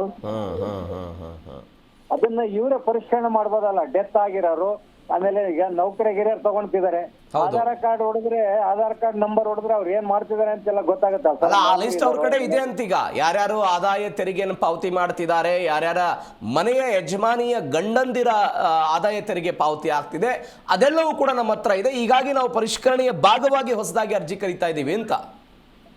ಅಲ್ಲ, ಅದನ್ನ ನಿಲ್ಲಿಸ್ಬೋದಲ್ಲ ಸರ್, ಹಂಗೆ ಮಾಡ್ಬೋದಲ್ಲ. ಮತ್ತೆ ಯಾಕೆ ಅಪ್ಲಿಕೇಶನ್ ತಗೊಳ್ಳೋದು ಅಂತ ಅಷ್ಟೇ ಸಮಸ್ಯೆ. ಓಕೆ, ನೋಡೋಣ ಏನ್ ಮಾಡ್ತಾರೆ ಅಂತ. Thank you so much Gangadhar ಅವರೇ, ಜಿ ಕನ್ನಡ ಜೊತೆ ಮಾತನಾಡಿದ್ದಕ್ಕೆ. ಆದರ್ಶ್ ಅಂತ ಮಂಡ್ಯದಿಂದ ಫೋನ್ ಕರೆಯಲ್ಲಿದ್ದಾರೆ. ನಮಸ್ಕಾರ ಆದರ್ಶ್ ಅವರೇ. ನಮಸ್ತೆ. ಗ್ಯಾರಂಟಿಗಳ ಪರಿಷ್ಕರಣೆ ಆಗ್ಬೇಕಾ, ಹೇಗೆ? ಸರ್, ಮಾಡಬೇಕು. ಕೆಲವು ಜನ ಏನ್ ಗೊತ್ತಾ, ಒಂದೊಂದ್ ಮನೇಲಿ 2 ಅಂತ ಹೇಳು 3 ಅಂತ ಮಾಡ್ಕೊಂಡು ಈ ಪಂಚಾಯತಿ ಮೆಂಬರ್ಸ್ಗಳೆಲ್ಲ ಏನ್ ಮಾಡ್ತಾರೆ ಗೊತ್ತಾ? ಕರೆಕ್ಟ್. ಅವ್ರವ್ರು ತುಂಬಾ ಬೇಕಾದವ್ರಿಗೆ ಅವ್ರಿಗೆ ಫೇಕ್ ಅಕೌಂಟ್ ಅಲ್ಲಿ ಅವ್ರ ಅಕ್ಕಪಕ್ಕದವ್ರಿಗೆ ಅಲ್ಲಿ ಮಾಡಿ ದುಡ್ಡನ್ನ ತಿಂತಾರೆ. ಸರಿನಾ? ಆ ಇದ್ರಿಂದ ಏನ್ ಮಾಡ್ಬೇಕು, ಒಳ್ಳೇದು ಕೆಟ್ಟದ್ದು ಅಂತಂದ್ಬಿಟ್ಟು ಮತ್ತೆ ಇನ್ನೊಂದ್ಸಲಿ ಮಾಡಿ ಫಲಾನುಭವಿಗೆ ಹೋಯ್ತಾಯ್ತಾ ಇಲ್ವಾ ಅಂತ ಚೆಕ್ ಮಾಡ್ಬಿಟ್ಟು ಕೊಟ್ಟಿದ್ರೆ ಅದ್ರಲ್ಲಿ ಏನ್ ತಪ್ಪಿಲ್ಲ. ಓಕೆ, ಹೌದಲ್ವಾ? ದುಡ್ಡು, ಸರ್ಕಾರದ ದುಡ್ಡು ಸುಮ್ನೆ ವೇಸ್ಟ್ ಆಯ್ತದೆ. ತಿನ್ಕೊಂಡು ಎಲ್ಲ ಈಗ ಒಂದ್ ಮನೆಗೆ 2 ಒಬ್ಬ ಸೊಸೆ ಕೊಡ್ಬೇಕು ಇಲ್ಲ ಮಗಳು ಕೊಡ್ಬೇಕು ಅಂತ ಮಾಡ್ತಾ ಇರೋದ್ರಲ್ಲಿ ತಪ್ಪಿಲ್ಲ ಸರ್. ಮಾಡಿದ್ರೆ ಅದು ಒಳ್ಳೇದು. ಬಟ್ ಪರಿಷ್ಕರಣೆಯ ಹೆಸರಲ್ಲಿ ಗ್ಯಾರಂಟಿಗಳನ್ನು ಬಂದ್ ಮಾಡೋ ಹಂತಕ್ಕೆ ಸರ್ಕಾರ ಹೋಗ್ಬಿಡುತ್ತೆ ಅನ್ನುವಂತ ಆಕ್ಷೇಪ ಇದೆ. ಅದಿನ್ನೂ ಡಿಸೈಡ್ ಮಾಡಿಲ್ವಲ್ಲ ಅವರು. ಅದನ್ನ ಡಿಸೈಡ್ ಮಾಡಿದಾಗ ಅದನ್ನ ಮತ್ತೆ ಇನ್ನೊಂದ್ಸಲ ಲೈವ್ ಕರೆದಿ ಅವ್ರನ್ನ ಸರ್ಕಾರವನ್ನ ಕೇಳಿದ್ರೆ, ಸ್ಟಾಪ್ ಮಾಡದಂತ ಕಾಲದಲ್ಲಿ ಕೇಳಿದಾಗ ಅದು ಒಂದು ನಡೀತದೆ. ಈಗ ಹುಡುಗರಿಗೆ ಫ್ರೀ ಬಸ್ ಬಿಟ್ಟವ್ರ, ಹುಡುಗರುಗಳಿಗೆ, ಓದೋ ಹುಡುಗರಿಗೆ. ಹೌದು. ಈಗ ಅದನ್ನು ಒಳ್ಳೇದೇ. ಕರೆಕ್ಟ್ ಅಲ್ವಾ? ಇದನ್ನ ಇದ್ ಮಾಡಿ ಈಗ ನಿಮ್ಮ ಮನೆಯ ಯಜಮಾನರಿಗೆ ಅಂದ್ರೆ ನಿಮ್ಮ ಪತ್ನಿಯವರಿಗೆ ಪ್ರತಿ ತಿಂಗಳು 2,000 ರೂಪಾಯಿ ಬರ್ತಿತ್ತ ಇಷ್ಟು ದಿನಗಳ ಕಾಲ? ಸರ್, ನನ್ ಮದುವೆ ಆಗಿಲ್ಲ, ನಮ್ಮ ಅತ್ತಿಗೆ ಅವ್ರಿಗೆ ಗೊತ್ತೈತೆ. 2 ತಿಂಗಳಿಂದ ಬಂದಿಲ್ಲ ದುಡ್ಡು. ಅದೇನೋ ಈ ಹಿಂದೆ 2 ತಿಂಗಳದ್ದು ಬಂದಿಲ್ಲ ಅಂತ ಎಲ್ಲ ಹೋರಾಟಗಳಾಯ್ತಲ್ಲ, ಆ ಹಣ ಬಂತ 2 ತಿಂಗಳದ್ದು ಬಾಕಿ ಇದ್ದಿದ್ದು? ಇಲ್ಲ ಬಂದಿಲ್ಲ. ಓಕೆ. ಈಗ ಏನು ಗೊತ್ತಾ ಸರ್, ಈಗ ಇದನ್ನ ಏನ್ ಮಾಡ್ಕೋಯ್ತು ಅಂದ್ರೆ ಇನ್ನೂ 1 ತಿಂಗಳು 2 ತಿಂಗಳು ಆಯ್ತದೆ, 4 ತಿಂಗಳು ಆಯ್ತದೆ ಇವಾಗ ಕಟ್ಟಾಗಿ ದುಡ್ಡು. ಈಗ ಅರ್ಜಿ ಹಾಕೊಂಡು ಇನ್ನು ಅರ್ಜಿ ಮತ್ತೆ ಅವ್ರದ್ದು ಓಕೆ ಆಗದೆ ಅವಾಗ ಮತ್ತೆ ಇವ್ರ ಅರ್ಜಿ ತಗೊಂಡೋಗಿ ಅಲ್ಲಿ ಸ್ವೀಕಾರ ಮಾಡ್ಬೇಕಲ್ಲ, ಅದು ಓದೇಟ್ಗೆ ನಮ್ಗೆ. ಕರೆಕ್ಟ್, ಹೌದಲ್ವಾ? ಹೋದ್ ತಿಂಗಳದ 2, ಈ ತಿಂಗಳದ 2, ಒಟ್ಟು 4 ತಿಂಗಳು ಹೊಂಟೋಯ್ತದೆ. ಮಾಡೋದ್ರಲ್ಲಿ ಒಳ್ಳೇದಲ್ಲ. ಬಟ್ ಇನ್ನು ಜನಗಳಿಗೆ ಟೈಮ್ ವೇಸ್ಟ್ ಮಾಡ್ಬೇಕು. ಈಗ ನೋಡಿ, ಒಂದು Aadhaar card, PAN card link ಮಾಡಿಸ್ಬೇಕು ಅಂತಂದ್ರೆ ತಿಂಗಳಾನ್ಗಟ್ಲೆ ಎಷ್ಟೋ ಜನ ಮಾಡ್ತೇ ಇಲ್ಲ. ಹೌದು. ಅನೇಕ ಜನದ್ದು ಈ BPL ಕಾರ್ಡ್ನಲ್ಲೂ ಕೂಡ ತಾಂತ್ರಿಕ ಕಾರಣಕ್ಕಾಗಿ ಕೆಲವೊಂದಿಷ್ಟು ಸಮಸ್ಯೆ ಇದೆ. ಈಗ ಬಡ ಜನರು, ಯಾರು ಮನೆಯಲ್ಲಿ ಒಂಟಿ ಹೆಣ್ಮಗಳಿರ್ತಾರೆ, ಅವ್ರದ್ದೆಲ್ಲ ಕೆಲವೊಂದಿಷ್ಟು ತಾಂತ್ರಿಕವಾಗಿ ಸಮಸ್ಯೆಗಳಿರುತ್ತೆ. ಅಂತವ್ರ ಯೋಜನೆಯಿಂದ ಹೊರಗುಳಿತಾರೆ ಅನ್ನುವಂಥದ್ದೊಂದು ಆತಂಕ ದೊಡ್ಡ ಮಟ್ಟದಲ್ಲಿದೆ. ನೋಡಿ, ಕೆಲವು ಜನ ವಿಧವೆಯರು ಇರ್ತಾರೆ. ಹೌದು. ಗಂಡ ಇರೋದಿಲ್ಲ, ಗಂಡ ಇದ್ರು ಅವ್ರು ಬೇರೆ ಇರ್ತಾರೆ, ಅವ್ರ ಸಂಸಾರ ಇನ್ನೊಂದು ಮದ್ವೆ ಆಗ್ಬಿಟ್ಟಿರ್ತಾರೆ ಅನ್ಕೊಳ್ಳಿ. ಸರಿನಾ? ಅಂತವ್ರ ನಾವು ಗುರುತಿಸಿ ಅಂತವ್ರಿಗೆ ಫಲಾನುಭವಿ ಕೊಟ್ಟು ಅಂತಂದ್ರೆ ಅದು ಒಳ್ಳೇದು ಅಲ್ವಾ? ಈಗ ಒಂದು ಫ್ಯಾಮಿಲಿಲಿ ಒಂದ್ ಮದ್ವೆ ಆಗಿ ಬೇರೆ ಸಂಸಾರ ಮಾಡ್ತಾ ಇರ್ತಾರ, ಇನ್ನೊಂದ್ ಮದ್ವೆ ಅಲ್ವಾ? Aadhaar card sir. ಓಕೆ ಮಾತನಾಡಿ. ಸರ್, ಈಗ ಅವರು ಮದ್ವೆ ಆಗಿ ಬೇರೆ ಇರ್ತಾರೆ, ಹೆಂಡತಿನ ಬಿಟ್ಬಿಟ್ಟಿರ್ತಾರೆ ಅಲ್ವಾ? ನಾವು ಅಂತವ್ರಿಗೆ ಹೆಲ್ಪ್ ಮಾಡಿ ನೋಡಿ, ಹಿಂಗೆ ಗಂಡ 2 ಆದ್ರೂ ಸರಿ ಹೆಣ್ಮಕ್ಳು ಸೇರ್ಬೇಕು, ಕಷ್ಟದಲ್ಲಿರೋ ಸೇರ್ಬೇಕು. ಅದನ್ನ ಮಾಡ್ತು ಅಂತಂದ್ರೆ ಜನ ಸರ್ಕಾರನ ಒಪ್ಕೋತಾರೆ. ಸರಿ, ನಾವು ಒಂದು ಒಳ್ಳೇದ್ ಮಾಡ್ತಾ ಇದೀರಾ ಅಂತ ಹೇಳ್ತಾರೆ. ಎಸ್ ಸರ್, ನೋಡೋಣ ಏನ್ ಮಾಡ್ತಾರೆ ಅಂತ. Thank you so much Adarsh ಅವರೇ, ಜಿ ಕನ್ನಡ ಜೊತೆ ಮಾತನಾಡಿದ್ದಕ್ಕೆ. Thank you sir. ಮತ್ತಿಕೇರಿಯಿಂದ ಮತ್ತೊಬ್ಬ ಕಾಲರ್ ಇದ್ದಾರೆ. ನಮಸ್ಕಾರ. ಸರ್. ನಮಸ್ಕಾರ, ನಿಮ್ಮ ಹೆಸರು ಸರ್? ಶ್ರೀನಿವಾಸ್ ಅಂತ ಹೇಳ್ಬಿಟ್ಟು. ಶ್ರೀನಿವಾಸ್ ಅಂತ ಮಾತನಾಡಿ. ಶ್ರೀನಿವಾಸ್ ಅವರೇ, ಕಾಂಗ್ರೆಸ್ ಸರ್ಕಾರದ ಗ್ಯಾರಂಟಿ ಯೋಜನೆಗಳು. ಸರ್, ಕಾಂಗ್ರೆಸ್ ಸರ್ಕಾರದ ಗ್ಯಾರಂಟಿ ಯೋಜನೆಗಳು ನಿಜವಾಗ್ಲೂ ಕೂಡ ಅರ್ಹ ಯಾರಿದ್ದಾರೆ ಬಡವರು ಅವರಿಗೆ ಖಂಡಿತ ಸಿಗ್ಬೇಕು ಸರ್. ಏನು ಗೃಹ ಜ್ಯೋತಿ ಅಂತ ಕೊಟ್ಟಿದ್ದಾರೆ, ಅದು ಗೃಹ ಜ್ಯೋತಿ ಕೊಟ್ಟಿರ್ತಕ್ಕಂಥದ್ದು ಸಿಂಪಲೈಸ್ ಮಾಡಿದ್ದಾರೆ. ಯಾವ ರೀತಿ ಆಧಾರ್ ಕಾರ್ಡ್ ಮುಖಾಂತರ ಆನ್ಲೈನ್ ನಲ್ಲಿ ರಿಜಿಸ್ಟರ್ ಮಾಡ್ಕೊಂಡ್ರೆ ಸಂಬಂಧಪಟ್ಟ ಮನೆಯವರು ಯಾರು ಬೇಕಾದ್ರೂ ಅದರಲ್ಲಿ 200 ಯೂನಿಟ್ಗಳವರೆಗೆ ಅಂದ್ರೆ 200 ಯೂನಿಟ್ಗಳವರೆಗೆ ಅಂದ್ರೆ 200 ಯೂನಿಟ್ ಏನ್ ಫ್ರೀ ಕೊಡಲ್ಲ ಸರ್ ಇವರು. ಏನು average ತೆಗಿತಾರೆ ಅದರಲ್ಲಿ. ಸರಿ ಅವರೇಜ್ ಬಳಕೆ ಮಾಡಿರ್ತಾರೆ ಪ್ಲಸ್ 10% ಎಕ್ಸ್ಟ್ರಾ ಕೊಡ್ತಾ ಇದ್ದಾರೆ ಎಂಟರ್ಟೈನ್ಮೆಂಟ್ ಯೂನಿಟ್ಸ್. ಹೌದು ಹೌದು. ಅದು ಇವರು ಪ್ರಚಾರ ಮಾಡ್ಬೇಕಾದ್ರೆ ಕುಮಾರಸ್ವಾಮಿ ಹೆಂಡತಿಗೂ ಫ್ರೀ, ಕುಮಾರಸ್ವಾಮಿಗೂ ಫ್ರೀ, ಕುಮಾರಸ್ವಾಮಿ ಮನೆಗೂ ಫ್ರೀ, ಈ ತರ ಎಲ್ಲ ಹೇಳಿ ಪ್ರಚಾರ ಮಾಡ್ಯಾರ. ಈಗ ನಾವು ಹೊರಗರಿಗೆ ಕೊಡ್ತೀವಿ ಅಂತ ಅಂದ್ರೆ ಇವ್ರು ಹೇಳ್ಬೇಕಾದ್ರೆ ಒಂದು ಮಾಡೋದೊಂದು ಆತರ ಮಾಡ್ತಿದಾರೆ. ಅಂದ್ರೆ ನೀವು ಗ್ಯಾರಂಟಿ ಯೋಜನೆಗಳನ್ನ ಘೋಷಣೆ ಮಾಡುವಾಗ ಯಾವುದೇ ಅಂದ್ರೆ ರೀತಿ ನಿಯಮಗಳು ಯಾವ್ದು ಇರ್ಲಿಲ್ಲ, ಈಗ ಯಾಕೆ ರೀತಿ ನಿಯಮಗಳನ್ನ ತರ್ತಾ ಇದೀರಿ ಅಂತ ನಿಮ್ ಪ್ರಶ್ನೆ? ರೀತಿ ನಿಯಮಗಳನ್ನ ಮಾಡ್ಲಿ, ಫಸ್ಟ್ ಹೇಳ್ಬೇಕಲ್ವಾ ಅದನ್ನ ಜನಗಳಿಗೆ. ಕುಮಾರಸ್ವಾಮಿ ಹೆಂಡತಿಗೂ ಫ್ರೀ ಅಂದ್ರೆ ಕುಮಾರಸ್ವಾಮಿ ಹೆಂಡತಿ ಯಾರು? ಅವರು ಒಬ್ರು ಮಾಜಿ ಶಾಸಕರು, ಅವ್ರಿಗೇನ್ ಕಮ್ಮಿ ಇದೆಯಾ ಅದು? ಓಕೆ. ಯಾರು ಆರ್ಥಿಕವಾಗಿ ಸಬಲರಾಗಿದ್ದೀರಾ ಅವ್ರಿಗೆ ಯಾರಿಗೂ ಕೂಡ ಫ್ರೀ ಇಲ್ಲ, ಓನ್ಲಿ BPL ಕಾರ್ಡ್ ಹೋಲ್ಡರ್ಸ್ ಅಂತ ಹೇಳ್ಬಿಟ್ಟು ಮಾಡ್ಬಿಟ್ಟಿದ್ರೆ ಚೆನ್ನಾಗಿರೋದು ಅಲ್ವಾ? ಅದು ಆಮೇಲೆ 2,000 ರೂಪಾಯಿ ಕೊಡೋದನ್ನು ಅಷ್ಟೇ, ಓನ್ಲಿ ಫಾರ್ ಇದು BPL ಕಾರ್ಡ್ ಹೋಲ್ಡರ್ಸ್ ಅಂತ ಹೇಳ್ಬಿಟ್ಟು ಹೇಳ್ಬೇಕಿತ್ತು. ಓಕೆ. ಕುಮಾರಸ್ವಾಮಿ ಹೆಂಡತಿಗೂ ಫ್ರೀ ಅಂದ್ರು. ಅಂದ್ರೆ ಪ್ರತಿಯೊಬ್ಬರಿಗೂ ಹಣ ಕೊಡ್ತೀವಿ ಅಂತ ಹೇಳಿದ್ರು, ಈಗ ಯಾಕೆ ರೂಲ್ಸ್ ಇದನ್ನೆಲ್ಲ ಮಾಡ್ತಿದ್ದೀರಿ ಅಂತ. ಬಟ್ ಸರ್ಕಾರ ಹೇಳ್ತಾ ಇದೆ ಅನರ್ಹರಿಗೆ ಹೋಗ್ತಾ ಇದೆ ಅಂತ. ಈಗ ಅನೇಕ ಜನ ಮನೆಯ ಯಜಮಾನತಿ ಇರ್ತಾರೆ, ಅವರ ಗಂಡ ಟ್ಯಾಕ್ಸ್ ಫೇರ್ ಆಗಿರ್ತಾರೆ, ಆದಾಯ ತೆರಿಗೆನ ಕಟ್ಟುವಂತ ವ್ಯಕ್ತಿ ಇರ್ತಾರೆ. ಇಷ್ಟು ದಿನಗಳ ಕಾಲ ಅವರ ಖಾತೆಗೂ ಕೂಡ ಹಣ ಜಮೆ ಆಗಿದೆ, ಅದನ್ನ ನಾವು ಈಗ ತಡಿತೀವಿ ಅಂತ ಸರ್ಕಾರದ ವಾದ ಇರೋದು. ಸರ್ ತಗೊಂತಾ ಇರೋದು well and good sir, but ಏನ್ ಗೊತ್ತಾ ಪಾಪ ಇದನ್ನ ತಗೋತೀವಿ ಅಂತ ಹೇಳ್ಬಿಟ್ಟು ಅರ್ಹರಿಗೆ ಏನ್ ಕೊಡ್ತಾ ಇದಾರೆ ಅದ್ ಮಂತ್ಲಿ ಕರೆಕ್ಟ್ ಆಗಿ ಕೊಡ್ಬೇಕು. ಅವ್ರಿಗೆ ತೊಂದರೆ ಮಾಡಬಾರ್ದು ಇವರು, ಅವ್ರಿಗೆ ತೊಂದರೆ ಮಾಡಬಾರ್ದು. ಶಕ್ತಿ ಯೋಜನೆ ಇದೆಯಲ್ಲ, ದಯಮಾಡಿ ಹೇಳ್ತೀನಿ ಕೇಳಿ, ಶಕ್ತಿ ಯೋಜನೆನ ಕ್ಯಾನ್ಸಲ್ ಮಾಡ್ಬೇಕು ಈ ರಾಜ್ಯದಲ್ಲಿ. ಅಂದ್ರೆ ಹೆಣ್ಣು ಮಕ್ಕಳಿಗೆ ಉಚಿತ ಪ್ರಯಾಣ ಅದನ್ನ ಬೇಕಾದ್ರೆ ಇವರು ಮಾಡಿಫಿಕೇಶನ್ ಮಾಡೋದಾದ್ರೆ ವರ್ಷದಲ್ಲಿ 3 ತಿಂಗಳು 4 ತಿಂಗಳು ಹೆಂಗಸರುಗಳಿಗೆ ಅಂತಲೇ ಬಸ್ ಬಿಟ್ಬಿಡ್ಲಿ. ಈ ತರ ಯಾರು ನೀವು ಪುಣ್ಯಕ್ಷೇತ್ರಗಳನ್ನ ದರ್ಶನ ಮಾಡಂಗಿದ್ರೆ 3 ತಿಂಗಳಲ್ಲಿ ನೀವು ಮಾಡ್ಕೊಳ್ಳಿ. ಓಕೆ. ಈಗ ವರ್ಷದಲ್ಲಿ 12 ತಿಂಗಳು ಕೊಟ್ಟಾಗ ಏನಾಗುತ್ತೆ, ಈ ಹೆಣ್ಮಕ್ಳುಗಳು ಮನೆಯಲ್ಲಿ ಕೆಲಸ ಮಾಡ್ದಂಗೆ ಗಂಡಸರುಗಳಿಗೆ ಊಟ ಹಾಕ್ದಂಗೆ ಎಲ್ಲಿಗೆ ಬೇಕಲ್ಲಿಗೆ ಸುತ್ತಾರೆ. ಸರ್ಕಾರದವ್ರು ಹಂಗೆ ಹೇಳಿಲ್ಲ, ಗಂಡಸರಿಗೆ ಊಟ ಹಾಕ್ಬೇಡಿ ಕೆಲಸ ಮಾಡಬೇಡಿ ಅಂತ ಸರ್ಕಾರದವರು ಹೇಳಿಲ್ಲ.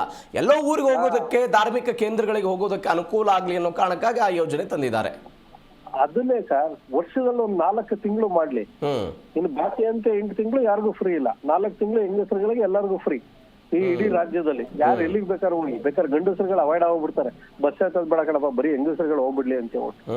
ನಾಳೆ ಇದನ್ನೇ ಗಂಡಸರಿಗೆ ಫ್ರೀ ಮಾಡ್ಬಿಟ್ರೆ, ಗಂಡಸರಿಗೆ ಫ್ರೀ ಮಾಡಿದ್ರೆ ಈಗ ಅವಾಗ ಹೆಣ್ಮಕ್ಳು ಆರೋಪ ಮಾಡ್ತಾರೆ ಗಂಡ ಮನೆಯಲ್ಲೇ ಇರಲ್ಲ, ಊರು ಎಲ್ಲ ಅಡ್ಡಾಡ್ತಾರೆ ಅಂತ. ಈಗ ಸಾರ್ವಜನಿಕರಿಗೆ ಹತ್ತೋದಿಕ್ಕೆ ಬಸ್ಸಲ್ಲಿ ಖಾಲಿ ಇಡೋದಕ್ಕೆ ಜಾಗ ಇರೋದಿಲ್ಲ ಪಾಪ. KSRTC ನಲ್ಲಿ ಆ ಕಂಡಕ್ಟರ್ದು ಬೇಡ ಸರ್. ನಾವು ಅಲ್ಲ, ನೀವ್ ಹೇಳ್ತಾ ಇರೋದು ನನಗೆ ಅರ್ಥ ಆಗ್ತಾ ಇದೆ. ಶಕ್ತಿ ಯೋಜನೆ ಜಾರಿ ಮಾಡಿದ್ದಾರೆ, ಅವುಗಳ ತಕ್ಕಂತೆ ಬಸ್ಗಳ ಕೊರತೆ ಇದೆ, ಕೆಲವೊಂದಿಷ್ಟು ಕಡೆ ಬಸ್ಗಳ ವ್ಯವಸ್ಥೆ ಇಲ್ಲ, ಅದನ್ನ ಸರಿಪಡಿಸಿ ಅಂತ ಹೇಳೋದು ನಾನು ಒಪ್ಪಿಕೊಳ್ತೇನೆ. ಆ ಕಂಡಕ್ಟರ್ಗಳ ಜೀವ ಹೋಗ್ತಾ ಇದೆ ಸರ್ ನಿಜವಲ್ಲೂ. KSRTC ಬಸ್ಸಲ್ಲಿ ಜೀವ ಹೋಗ್ತಾ ಇದೆ. ಅವ್ರು ಕೊಟ್ಟಿರೋ ನೋಡ್ರ 12% ಪೇ ಸ್ಕೇಲ್ ಕೊಡೋದಕ್ಕೆ ಇವ್ರು ಇನ್ನು ಭಿಕ್ಷೆ ಹಾಕ್ದಂಗೆ ಆಗ್ತಿದಾರೆ ಇವರು. ಓಕೆ, ನೋಡೋಣ ಏನಾಗುತ್ತೆ ಅಂತ. Thank you so much Srinivas ಅವರೇ, ಜಿಕರಣ ಜೊತೆ ಮಾತನಾಡಿದ್ದಕ್ಕೆ ಥ್ಯಾಂಕ್ ಯು. ಮತ್ತೊಬ್ಬ ಕಾಲರ್ ಇದ್ದಾರೆ, ಸುರೇಶ್ ಅಂತ. ನಮಸ್ಕಾರ ಸುರೇಶ್ ಅವರೇ. ನಮಸ್ಕಾರ ಸರ್. ನಮಸ್ಕಾರ. ಎಲ್ಲಿಂದ ಕರೆ ಮಾಡ್ತಿದ್ದೀರಿ ಸರ್? ಸರ್ ಇದು ನಮ್ಮ ತಾಯಿದು ಗೃಹಲಕ್ಷ್ಮಿ ಮತ್ತೆ ಮಾಡಿಸ್ಬೇಕಂತ ಸರ್. ಇದು 3 ವರ್ಷ ಆಗ್ಯದ ಕಂಟಿನ್ಯೂ. ಹೌದೌದು, ನಿನ್ನೆ DK ಶಿವಕುಮಾರ್ ಅವರು ಹೇಳಿದ್ದಾರೆ ಹೊಸದಾಗಿ ಅರ್ಜಿ ಸಲ್ಲಿಸಬೇಕು ಎಲ್ಲರೂ ಅಂತ.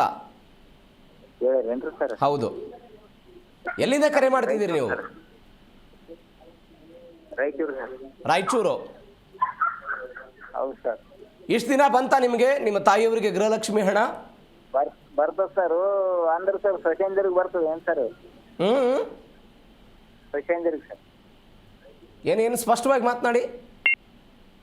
ಇಲ್ರಿ ಸರ್, ನಮ್ಮ ತಾಯಿ ಸರ್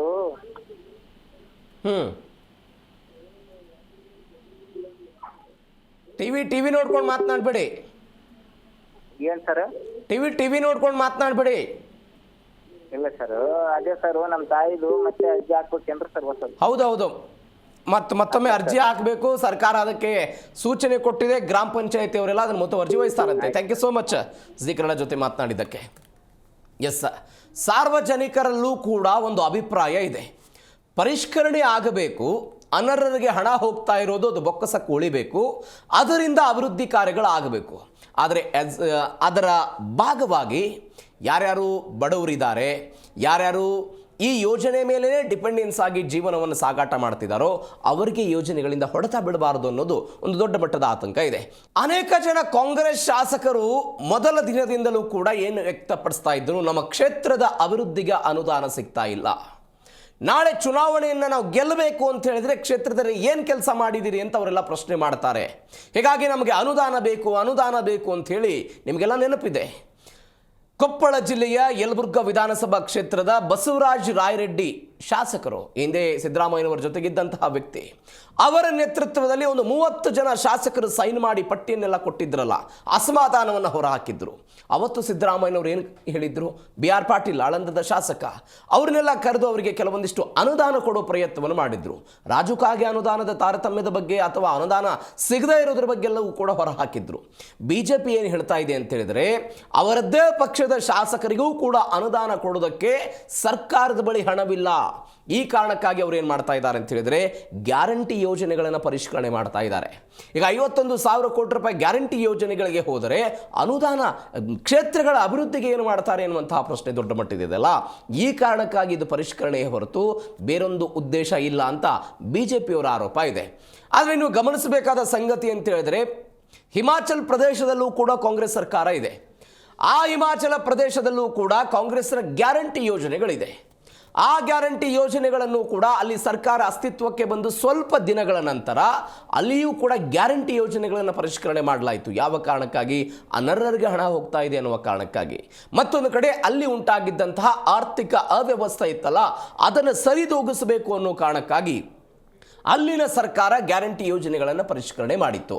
ಇದೀಗ ಸರ್ಕಾರ ಅದನ್ನು ಕೂಡ ಮಾಡುತ್ತಾ ಕಾದ್ ನೋಡೋಣ. ಮತ್ತೊಬ್ಬ ಕಾಲರ್ ಇದ್ದಾರೆ, ಮಹಂತೇಶ್ ಅಂತ. ನಮಸ್ಕಾರ ಮಹಂತೇಶ್ ಅವರೇ. ನಮಸ್ಕಾರ ಸರ್. ನಮಸ್ಕಾರ. ಎಲ್ಲಿಂದ ಕರೆ ಮಾಡ್ತಿದ್ದೀರಾ ಸರ್? ಸರ್ ಚಿತ್ರದುರ್ಗ ಜಿಲ್ಲೆ ತಲಕೆರೆ ತಾಲೂಕಿನಿಂದ ಸರ್. ಓಕೆ. ಮತ್ತೊಮ್ಮೆ ಗ್ಯಾರಂಟಿ ಯೋಜನೆಗಳಿಗೆ ಅರ್ಜಿ ಹಾಕಬೇಕಂತೆ. ಹೌದು ಸರ್. ಸರಿನಾ ಇದು ಸರ್ಕಾರದ ನಿರ್ಧಾರ? ಸರ್ ತಪ್ಪು ಸರ್ ಇದು. ಓಕೆ. ಈ ನಿರ್ಧಾರ ಇದೆಯಲ್ಲ ಬಹಳ ತಪ್ಪು. ಯಾಕೆ ಅಂತಂದ್ರೆ ಆಲ್ರೆಡಿ 2.5 ವರ್ಷ ಕಳೆದಾಯ್ತು, ಎಲ್ಲ ಪರಿಷ್ಕರಣೆ ಮಾಡಾಯ್ತು. ಯಾವ್ದ್ರಿಂದ ಬ್ಲಾಕ್ ಮೇಲ್ ಏನು ಇಲ್ಲ. ಇವರು ಮಾಡುವಂತ ಬುದ್ಧಿವಂತರು ಏನು BPL ಕಾರ್ಡ್ಗೆ ನಾವು ಗೃಹಲಕ್ಷ್ಮಿ ಹಾಕ್ತೀವಿ ಮತ್ತು ಆಧಾರ್ ಕಾರ್ಡ್ಗೆ ಲಿಂಕ್ ಕೊಡ್ತೀವಿ ಅಂತ ಹೇಳೋದಕ್ಕಿಂತ ಮುಂಚೆ ಬರೀ BPL ಕಾರ್ಡ್ ಫಲಾನುಭವಿಗಳಿಗೆ ಮಾತ್ರ ಸೀಮಿತ ಅಂತ ಹೇಳ್ಬೇಕಾಯ್ತು. ಓಕೆ. 2,000 ರೂಪಾಯಿದ್ದು ಮತ್ತೆ ಗ್ಯಾರಂಟಿ ಇದು ಕರೆಂಟಿಂದು ಸಹಿತ ಅದೇ ರೀತಿ ಹೇಳ್ಬೇಕಾಯ್ತು ಇವರು. ಈಗ ನೀವು BPL ಕಾರ್ಡ್ ಹೊಂದಿದವರು, ನಾನು ಎಲ್ಲರೂ ಅಂತ ಹೇಳ್ತಿಲ್ಲ, ಕೆಲವೊಂದಿಷ್ಟು ಜನ BPL ಕಾರ್ಡ್ ಅನ್ನು ಕೂಡ ಅಕ್ರಮವಾಗಿ ಮಾಡಿಸ್ಕೊಂಡಿದ್ದಾರೆ ಎನ್ನುವಂತ ಆರೋಪ ಸರ್ಕಾರದ ಮಟ್ಟದಲ್ಲಿದೆ. ಅವರಿಗೂ ಹೋಗ್ತಿತ್ತು ಹಣ ಆಗಿದ್ರೆ. ಹಾಗಿದ್ಮೇಲೆ ಫುಡ್ ಸೆಕ್ಷನ್ ಅಧಿಕಾರಿಗಳು ಏನ್ ಮಾಡ್ತಾರೆ? ಓಕೆ. ಅವರು ಇದ್ರ ಬಗ್ಗೆ ಎನ್ಕ್ವೈರಿ ಮಾಡ್ಬೇಕು ತಾನೆ. ಓಕೆ. ಇವರು ಪವರ್ನರ್ ಏನ್ ಮಾಡ್ತಾರೆ? ಅವ್ರು ಎನ್ಕ್ವೈರಿ ಮಾಡ್ಬೇಕು ತಾನೆ. ಅಧಿಕಾರಿಗಳು ಏನಕ್ಕಿರೋದು? ಸರ್ಕಾರ ಕಟ್ಟುನಿಟ್ಟಾದ ಸೂಕ್ತ ಸಲಹೆಗಳನ್ನು ಕೊಡುವುದ್ರ ಮುಖಾಂತರ ಅದನ್ನ ಫಾಲೋಅಪ್ ಮಾಡಬೇಕು. ಓಕೆ.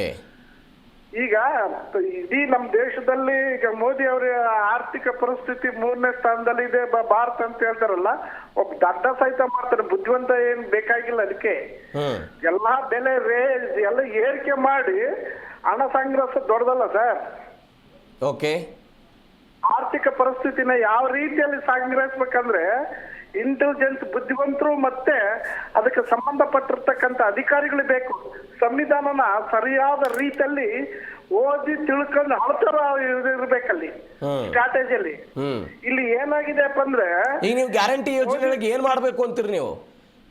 ಸರ್ ಗ್ಯಾರಂಟಿ ಯೋಜನೆಯಲ್ಲಿ ಈಗ ನೆಕ್ಸ್ಟ್ ಹಾಕ್ಬೇಕನ್ನೋದು ಇದೊಂಥರ ಆಗುತ್ತೆ. ಯಾಕಪ್ಪ ಅಂದ್ರೆ ಹಾಕ್ಬೋದು, ಏನ್ ದೊಡ್ಡದಲ್ಲ. ಏನೋ ಜನರಿಗೆ ಹಾಕಕ್ಕೆ ಒಂದು 200 ರೂಪಾಯಿ ಖರ್ಚಾಗುತ್ತೆ. ಓಕೆ. ಓಕೆ. ರೀತಿಯಲ್ಲಿ ಒಂದು ಇದು ಗಣಕಯಂತ್ರದವರಿಗೆ ಒಂದು ಆರ್ಥಿಕ ಸೋರ್ಸ್ ಕೊಟ್ಟ ಹಾಗೆ. Okay. Okay. Thank you Mahantesh ಅವರೇ, ಜಿ ಕನ್ನಡ ಜೊತೆ ಮಾತನಾಡಿದ್ದಕ್ಕೆ. ಮತ್ತೊಬ್ಬ ಕಾಲರ್ ಇದ್ದಾರೆ ಹಾನಗಲ್ನಿಂದ, ನಿಂಗನಗೌಡ ಅಂತ. ನಮಸ್ಕಾರ ನಿಂಗನಗೌಡ್ರೆ.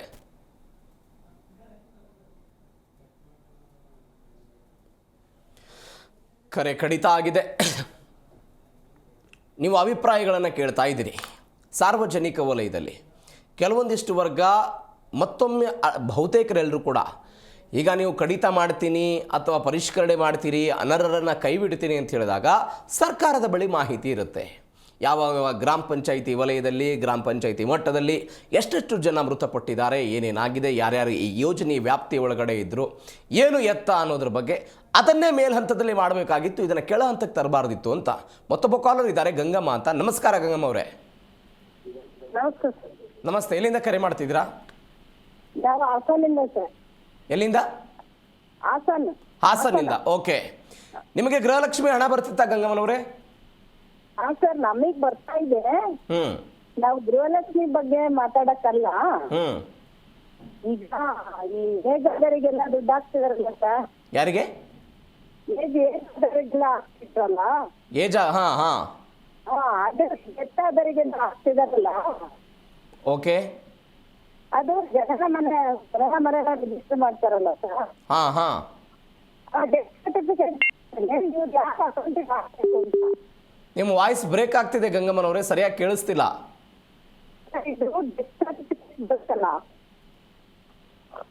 ಓಕೆ ಓಕೆ, ನಿಮ್ಮ ಧ್ವನಿ ಕೇಳಿಸ್ತಾ ಇಲ್ಲ ಮೇಡಮ್. Thank you. ಎಸ್, ಜನರ ಅಭಿಪ್ರಾಯ ಇಂಥದ್ದೊಂದಿದೆ. ಬಟ್ ಅವರು ಹೇಳ್ತಾ ಇರೋದು ಹಣ ಉಳಿತಾಯ ಆಗಬೇಕು. ಈಗ ಸುಖ ಸುಮ್ಮನೆ ಹಣ ವ್ಯರ್ಥ ಆಗ್ತಾ ಇದೆ, ಅನರ್ಹರಿಗೆ ಹೋಗ್ತಾ ಇದೆ, ಆ ಹಣವನ್ನು ಉಳಿತಾಯ ಮಾಡ್ತೀವಿ, ಅದನ್ನು ಅಭಿವೃದ್ಧಿಗೆ ಬಳಕೆ ಮಾಡ್ಕೊಳ್ತೀವಿ ಅಂತ. ಈಗಿರುವಂಥ ಪ್ರಶ್ನೆ, ಜನ ಅಪ್ಲಿಕೇಶನ್ ಹಾಕಬೇಕು, ಆ ಅಪ್ಲಿಕೇಶನ್ಗಳ ಸ್ಕ್ರೂಟನಿ ಆಗಬೇಕು, ಸ್ಕ್ರೂಟನಿ ಆದ ನಂತರ ಅವರು ಎಲ್ಲವೂ ಓಕೆ ಆದ ನಂತರ ಹಣ ಜಮೆ ಆಗಬೇಕು. ಇದಕ್ಕೆಷ್ಟು ಸಮಯ ಹೋಗುತ್ತೆ ಅನ್ನುವಂಥದ್ದೊಂದು ಪ್ರಶ್ನೆ ಇದೆ. ಈಗಲೇ ಈ ಹಿಂದೆಲ್ದ 2 ತಿಂಗಳ, ಕಳೆದ 2 ತಿಂಗಳಿಂದ ಹಣ ಬಂದಿಲ್ಲ ಅಂತ ಸಾರ್ವಜನಿಕರು ಹೇಳ್ತಾ ಇದ್ದಾರೆ. ಒಟ್ಟು 4 ತಿಂಗಳಾಯಿತು. ಹಾಗಾದರೆ ಮುಂದಿನ ಕೆಲ ದಿನಗಳು ಕೂಡ ಇದು ಪೋಸ್ಟ್ಪೋಂಡ್ ಆಗ್ತಾ ಹೋಗೋದಾದರೆ ಜನರಿಗೆ ಸಮರ್ಪಕವಾಗಿ ಹಣ ಸಿಗಲ್ಲ ಅನ್ನುವಂಥದ್ದು, ಯೋಜನೆ ಸರಿಯಾದ ಪ್ರಮಾಣದ ಜನರಿಗೆ ಇದು ಹಣ ಸಿಗಲ್ಲ ಅನ್ನುವಂತಹ ಆಕ್ಷೇಪ ಸಾರ್ವಜನಿಕ ವಲಯದಲ್ಲಿದೆ. ಸರ್ಕಾರ ಏನು ಮಾಡುತ್ತೆ? ಹಾಗಾದರೆ ಸರ್ಕಾರ ಏನು ಮಾಡುತ್ತೆ ಅಂತ ಈಗ ಕಾಂಗ್ರೆಸ್ನವರು ಏನು ಹೇಳ್ತಾ ಇದ್ರು, ನಾವು ಅಧಿಕಾರಕ್ಕೆ ಬರೋದಕ್ಕೆ ಪಂಚ ಗ್ಯಾರಂಟಿಗಳನ್ನೇ ಯೋಜನೆ ಜಾರಿಗೆ ತಂದಿರೋದು, ಪಂಚ ಗ್ಯಾರಂಟಿ ಯೋಜನೆಗಳಿಂದಲೇ ಜನರ ಆರ್ಥಿಕತೆ ದೃಷ್ಟಿಯಿಂದಲೂ ಕೂಡ ಅಭಿವೃದ್ಧಿ ಹೊಂದಿದ್ದಾರೆ. ಅದು ಶಕ್ತಿ ಯೋಜನೆ ಆಗಿರ್ಬೋದು, 2,000 ರೂಪಾಯಿ ಹಣ ಕೊಡೋದಾಗಿರ್ಬೋದು, ಉಚಿತ ವಿದ್ಯುತ್ ಕೊಡೋದಾಗಿರ್ಬೋದು. ಈಗ ಕೆಲವೊಂದಿಷ್ಟು ಕಡೆಗಳು ಏನಾಗ್ಬಿಟ್ಟಿದೆ ಅಂತ ಹೇಳಿದ್ರೆ, ಅನೇಕ ಜನ ಈ ರೇಷನ್ ಕಾರ್ಡ್ಗಳಿರುತ್ತಲ್ಲ, ಒಂದೇ ಮನೆಗೆ ಸ್ಪ್ಲಿಟ್ ಮಾಡ್ಕೊಳ್ಳೋ ಪ್ರಯತ್ನವನ್ನು ಮಾಡಿದ್ದಾರೆ. ಇಷ್ಟು ದಿನಗಳ ಕಾಲ ಇಡೀ ಮನೆಗೆ ಒಂದೇ ರೇಷನ್ ಕಾರ್ಡ್ ಇತ್ತು. ಯಾವಾಗ ಗೃಹಲಕ್ಷ್ಮಿ ಯೋಜನೆ ಜಾರಿಗೆ ಬಂತಲ್ಲ, ಆವಾಗ ತಂದೆ ಮತ್ತು ಅವರ ಹೆಂಡತಿದ್ದು ಸಪ್ರೇಟ್ ಒಂದು ರೇಷನ್ ಕಾರ್ಡು, ಅದಾದ ನಂತರ ಮಗ ಮತ್ತು ಸೊಸೆ, ಹೀಗೆ ಸಪ್ರೇಟ್ ಮಾಡಿಕೊಳ್ಳೋ ಪ್ರಯತ್ನವನ್ನು ಮಾಡಿದರು. ಅಂದರೆ ಯಜಮಾನಿಕೆ ಎನ್ನುವಂಥದ್ದನ್ನು ತೋರಿಸ್ಬೇಕಲ್ಲ, ಮನೆಯ ಯಜಮಾನರು ಇವರು ಅಂತ. ಅದರ ಭಾಗವಾಗಿ ಕೆಲವೊಂದಿಷ್ಟು ಕಡೆ ತಾಂತ್ರಿಕವಾಗಿ ಇಂಥದ್ದೊಂದು ಸಮಸ್ಯೆಗಳಾಗಿದ್ದಕ್ಕಾಗಿ ಒಂದೇ ಕುಟುಂಬದ 3-4 ಜನರಿಗೆ ಹಣಗಳು ಹೋಗ್ತಾ ಇದೆ, ಹಣ ಸಂದಾಯ ಆಗ್ತಾ ಇದೆ ಅಂತ. ಈಗ 2,000 ರೂಪಾಯಿ ಹೋಗುವ ಬದಲು ಒಂದೇ ಕುಟುಂಬಕ್ಕೆ 8,000 ರೂಪಾಯಿ ಹೋಗ್ತಾ ಇರೋದು. ನಿಮ್ಮ ಒಟ್ಟಾರೆ ಮೂಲ ಆಶಯಕ್ಕೆ ಧಕ್ಕೆ ಬೀಳುತ್ತೆ ಅಂತ ಸರ್ಕಾರ ಹೇಳ್ತಾ ಇರೋದು. ಮೂಲ ಆಶಯಕ್ಕೆ ಧಕ್ಕೆ ಬೀಳುತ್ತೆ. ಈ ಮೂಲ ಆಶಯಕ್ಕೆ ಬೀಳ್ತಾ ಇರುವಂಥ ಧಕ್ಕೆಯನ್ನು ಸರಿಪಡಿಸಬೇಕು ಅಂತ ನಾವೆಲ್ಲ ಅದನ್ನು ಮಾಡ್ತಾ ಇದ್ದೀವಿ ಅಂತ ಸರ್ಕಾರ ಹೇಳ್ತಾ ಇದೆ. ಆದರೆ BJPಯವರು ಹೇಳ್ತಾ ಇರೋದೇನು, ಷರತ್ತುಗಳನ್ನು ಯಾಕೆ ಅಂತ. ಆದಾಯ ಇಲ್ಲ, ಸರ್ಕಾರದ ಬಗ್ಗೆ ನೀವು ದೊಡ್ಡ ಮಟ್ಟದ ಈ ಬಜೆಟ್ನ ಸಮಯದಲ್ಲಿ ದೊಡ್ಡ ಮಟ್ಟದ ಚರ್ಚೆ ಆಗಿತ್ತು. ಕರ್ನಾಟಕ ಸಾಲದ ಪ್ರಮಾಣ ದೊಡ್ಡ ಮಟ್ಟದಲ್ಲಿ ಏರಿಕೆ ಆಗ್ತಾ ಇದೆ, ಸಾಲದಿಂದ ಗ್ಯಾರಂಟಿಗಳನ್ನು ಕೊಡ್ತಾ ಇದ್ದಾರೆ. ಇದೇ ಗ್ಯಾರಂಟಿಗಳಿಗೆ SC ST ಮೀಸಲೇನು ST SP ಹಣ ಏನಿತ್ತು ಆ ಹಣವನ್ನು ಬಳಕೆ ಮಾಡ್ಕೊಂಡಿದ್ದಾರೆ ಎನ್ನುವಂಥ ಆರೋಪಗಳೆಲ್ಲವನ್ನು ಕೂಡ ಮಾಡಿದರು. ಹಾಗಾದರೆ ಏನಾಗುತ್ತೆ ಇದು?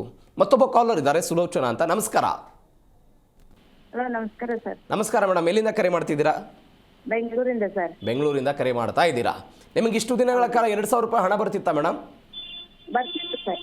ಈಗ ಬಂದಿದೆಯಾ ಈ ತಿಂಗಳು ಅಥವಾ ಕಳೆದ ತಿಂಗಳು? ಈ ತಿಂಗಳು ಇನ್ನೂ ಬಂದಿಲ್ಲ ಸರ್. ಅದು ಗೃಹ ಜೊತೆದು ಕರೆಕ್ಟ್ ಸರ್ಕಾರ CM ನಿರ್ಧಾರ ತಗೊಂಡಿರೋದು. ಈಗ ಬೇರೆ ಸ್ಟೇಟ್ ಇಂದ ಬಂದು ಹೊಸ ಮಾಡ್ತಿದ್ದಾರೆ. ಅವ್ರಿಗೆಲ್ಲ ಯಾರ್ದೋ ಆಧಾರ್ ಕಾರ್ಡ್ ಕೊಟ್ಬಿಟ್ಟು ಕರೆಂಟ್ ಅವ್ರಿಗೆಲ್ಲ ಫ್ರೀ ಆಗುತ್ತೆ.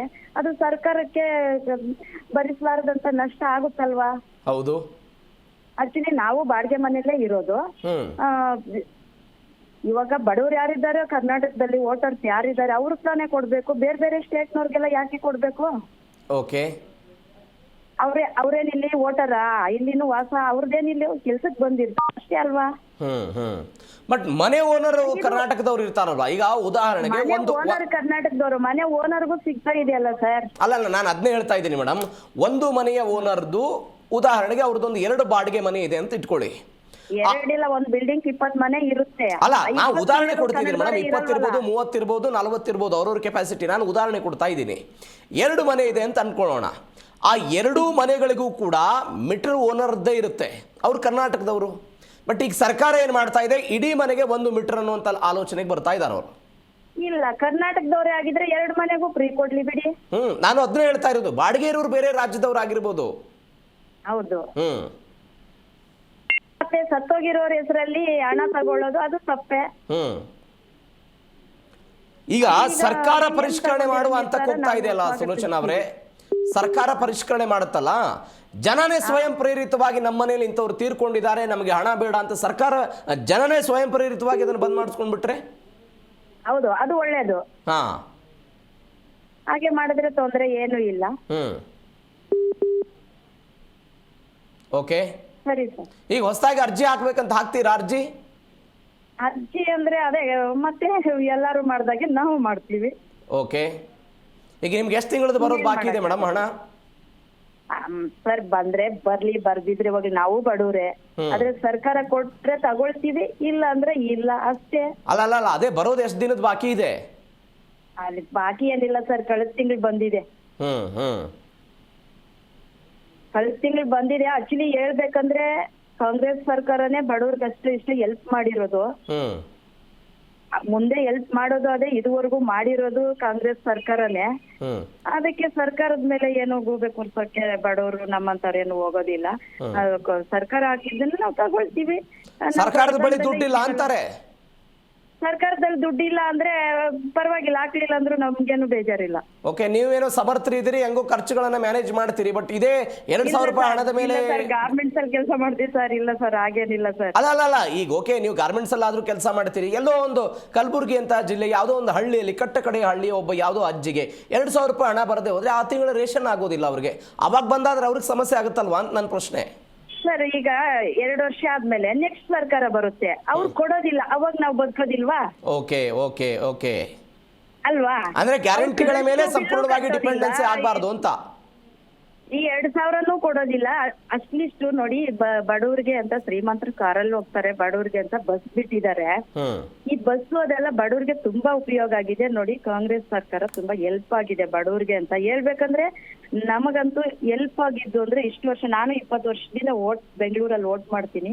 ಕಾಂಗ್ರೆಸ್ ಸರ್ಕಾರದಿಂದ ನೋಡಿ 3 ವರ್ಷ 2,000 ಬಂದಿದೆ. ಕರೆಂಟ್ ಬಿಲ್ಲು ಒಂದು 200 ರೂಪಾಯಿ ಬರುತ್ತೆ. ಬಂದ್ರೆ ಪರವಾಗಿಲ್ಲ, ಅಷ್ಟು ಹೆಲ್ಪ್ ಆಗಿದೆ ನೋಡಿ. ಹಳ್ಳಿ ಕಡೆ ತುಂಬಾ ಮಳೆ ಬೆಳೆ ಇಲ್ದಾಗ. ಈಗ ಯಾರೋ ಒಬ್ರು ಕರೆ ಮಾಡಿದವ್ರು ಹೇಳ್ತಾ ಇದ್ರು ಮೇಡಮ್, ಮಹಿಳೆಯರಿಗೆ ಇರುವಂತ ಉಚಿತ ಪ್ರಯಾಣವನ್ನ ಬಂದ್ ಮಾಡ್ಬೇಕು ಅಂತ. ಸರ್ ನೋಡಿ, ಅದು ಅವ್ರಿಷ್ಟ. ಏನ್ ಗೊತ್ತಾ, ಉಚಿತ ಪ್ರಯಾಣ ಅಂದ್ರೆ ಆಕ್ಚುಲಿ ನೋಡಿ 3 ವರ್ಷ ಆಗಿದೆ, ನಾನು ಎಲ್ಲಿ ದೂರನೂ ಹೋಗಿಲ್ಲ ಬೆಂಗಳೂರು ಬಿಟ್ಟು. ಅದು ಅವ್ರವ್ರ ಇಷ್ಟ. ಹಂಗೆ ಅವರು ತುಂಬಾ ಓಡಾಟ ಮಾಡೋದು ತಪ್ಪೆ. ಫ್ರೀ ಬಿಟ್ಬಿಟ್ಟಿದ್ದಾರೆ ಅಂತ, ಆಮೇಲೆ ಬಸ್ ಕ್ಯಾನ್ಸಲ್ ಆದ್ರೆ ಯಾರು ಓಡಾಡೋದಿಲ್ಲ ಈಗ. ಹಾಗೆ ಏನ್ ಗೊತ್ತಾ, ಹೆಂಗಿದ್ರು ಬಸ್ ಖಾಲಿ ತಾನೇ ಹೋಗುತ್ತೆ, ಹೋದ್ರೆ ಏನು. ಓಕೆ, ಈಗ ಧರ್ಮಸ್ಥಳದವರೆಗೂ ಬಸ್ ಖಾಲಿ ಹೋಗೋ ಬದಲು ಜನ ಹೋದ್ರೆ ಏನು ತೊಂದ್ರೆ ಇಲ್ವಲ್ಲ. ಬಟ್ ಹಳ್ಳಿಗಳಲ್ಲಿ ಹೋಗಿದ್ರಾ? ಹಳ್ಳಿಗಳಲ್ಲಿ ಬಸ್ ಇಲ್ಲ ಅಂತ ಕಂಪ್ಲೇಂಟ್ ಮಾಡ್ತಾರೆ. ಪೆಟ್ರೋಲ್ ಏನಾದ್ರು ಉಳಿಯುತ್ತಾ? ಓಕೆ ಅಲ್ವಾ? Thank you. ಕೊಟ್ಟ ಮಾತನ್ನ ಸರ್ಕಾರ ಉಳಿಸ್ಕೊಂಡಿದೆ. ನಾನ್ ಕೂಡ ಡಿ.ಕೆ. ಶಿವಕುಮಾರ್ ಅಭಿಮಾನಿನೇ.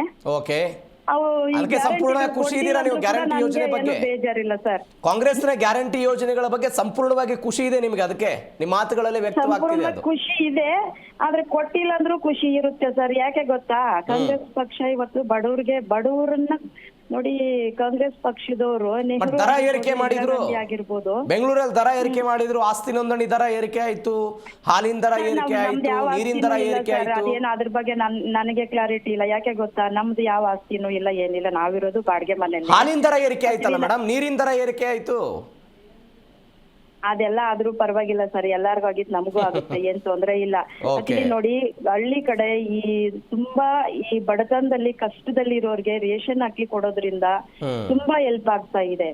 ಅದೇ ಫಸ್ಟ್ ಎಲ್ಲಾನು ತುಂಬಾ ಹಸುವಿನಿಂದ ಕಷ್ಟ ನೋಡಿ. ನೆಹರು ಆಗಿರ್ಬೋದು, ಇಂದಿರಾ ಗಾಂಧಿ ಆಗಿರ್ಬೋದು, ನಮ್ ತಂದೆ ಅಥವಾ ನಮ್ಮ ಅಜ್ಜಿಯಂದಿರು ಹೇಳ್ತಿದ್ರು ತುಂಬಾ ಅವರು ಶ್ರೀಮಂತ ಕುಟುಂಬದಲ್ಲಿ ಹುಟ್ಟಿರೋರು ಅಂತ. ಆದ್ರೆ ಅವ್ರು ಮಾಡಿರೋದೆಲ್ಲ ಬಡವ್ರಿಗೆ ಬಡವ್ರನ್ನ ಗುರುತಿಸಿರೋದಂದ್ರೆ ಕಾಂಗ್ರೆಸ್ ಸರ್ಕಾರ. ಓಕೆ. ಅದನ್ನ ಬಿಟ್ಬಿಟ್ಟು ನೋಡಿ ಯಾವ್ದೇ ಸರ್ಕಾರ ಬಂದು ಬಡವ್ರಿಗೆ ಒಂದು ನಯ್ಯ ಪೈಸಾ ಯೋಜನೆ ಮಾಡಿ ಯಾವ್ದು ನಮಗ್ ಸಿಕ್ಕಿಲ್ಲ. ಶ್ರೀಮಂತರಿಗೆ ಹೆಲ್ಪ್ ಆಗಿರ್ಬೋದು, ಅವ್ರು ಚೆನ್ನಾಗಿರ್ಬೋದು, ಇನ್ನು ಮೇಲೆ ಹೋಗ್ಬೋದು. ಆದ್ರೆ ಕಾಂಗ್ರೆಸ್ ಪಕ್ಷ ಬಂದ್ರೆ ಬಡವ್ರು ಸ್ವಲ್ಪ ಒಳ್ಳೇದಾಗುತ್ತೆ. ಸ್ವಲ್ಪ ಹೆಲ್ಪ್. ಇವತ್ತು ನೋಡಿ ಎಷ್ಟೋ ಜನ, ನಾನಂತೂ ಹೋಗಿಲ್ಲ, ಎಷ್ಟೋ ಜನ ಧರ್ಮಸ್ಥಳ ನೋಡಿರಲ್ಲ ಲೈಫಲ್ಲಿ, ಅವರು ನೋಡಿದ್ದಾರೆ, ಅವ್ರಿಗೆ ಹೆಲ್ಪ್ ಆಗಿದೆ. ಕರೆಂಟ್ ಬಿಲ್ ಕಟ್ಟಕ್ಕಾಗಲ್ಲ, ಪಾಪ ಒಂದ್ 500 ರೂಪಾಯಿ ಉಳಿದಿದ್ರೆ ಅವ್ರ ಮಕ್ಳು ಫೀಸ್ ಕಟ್ಟಕ್ಕಾಗಿರುತ್ತೆ. ಈ 2,000 ರೂಪಾಯಿ ಅಂತೂ ನಿಜ ನನಗೂ ಕೂಡ ಹೆಲ್ಪ್ ಆಗಿದೆ, ಯಾಕೆಂದ್ರೆ ನನಗೂ ಹೆಲ್ಪ್ ಆಗಿದೆ.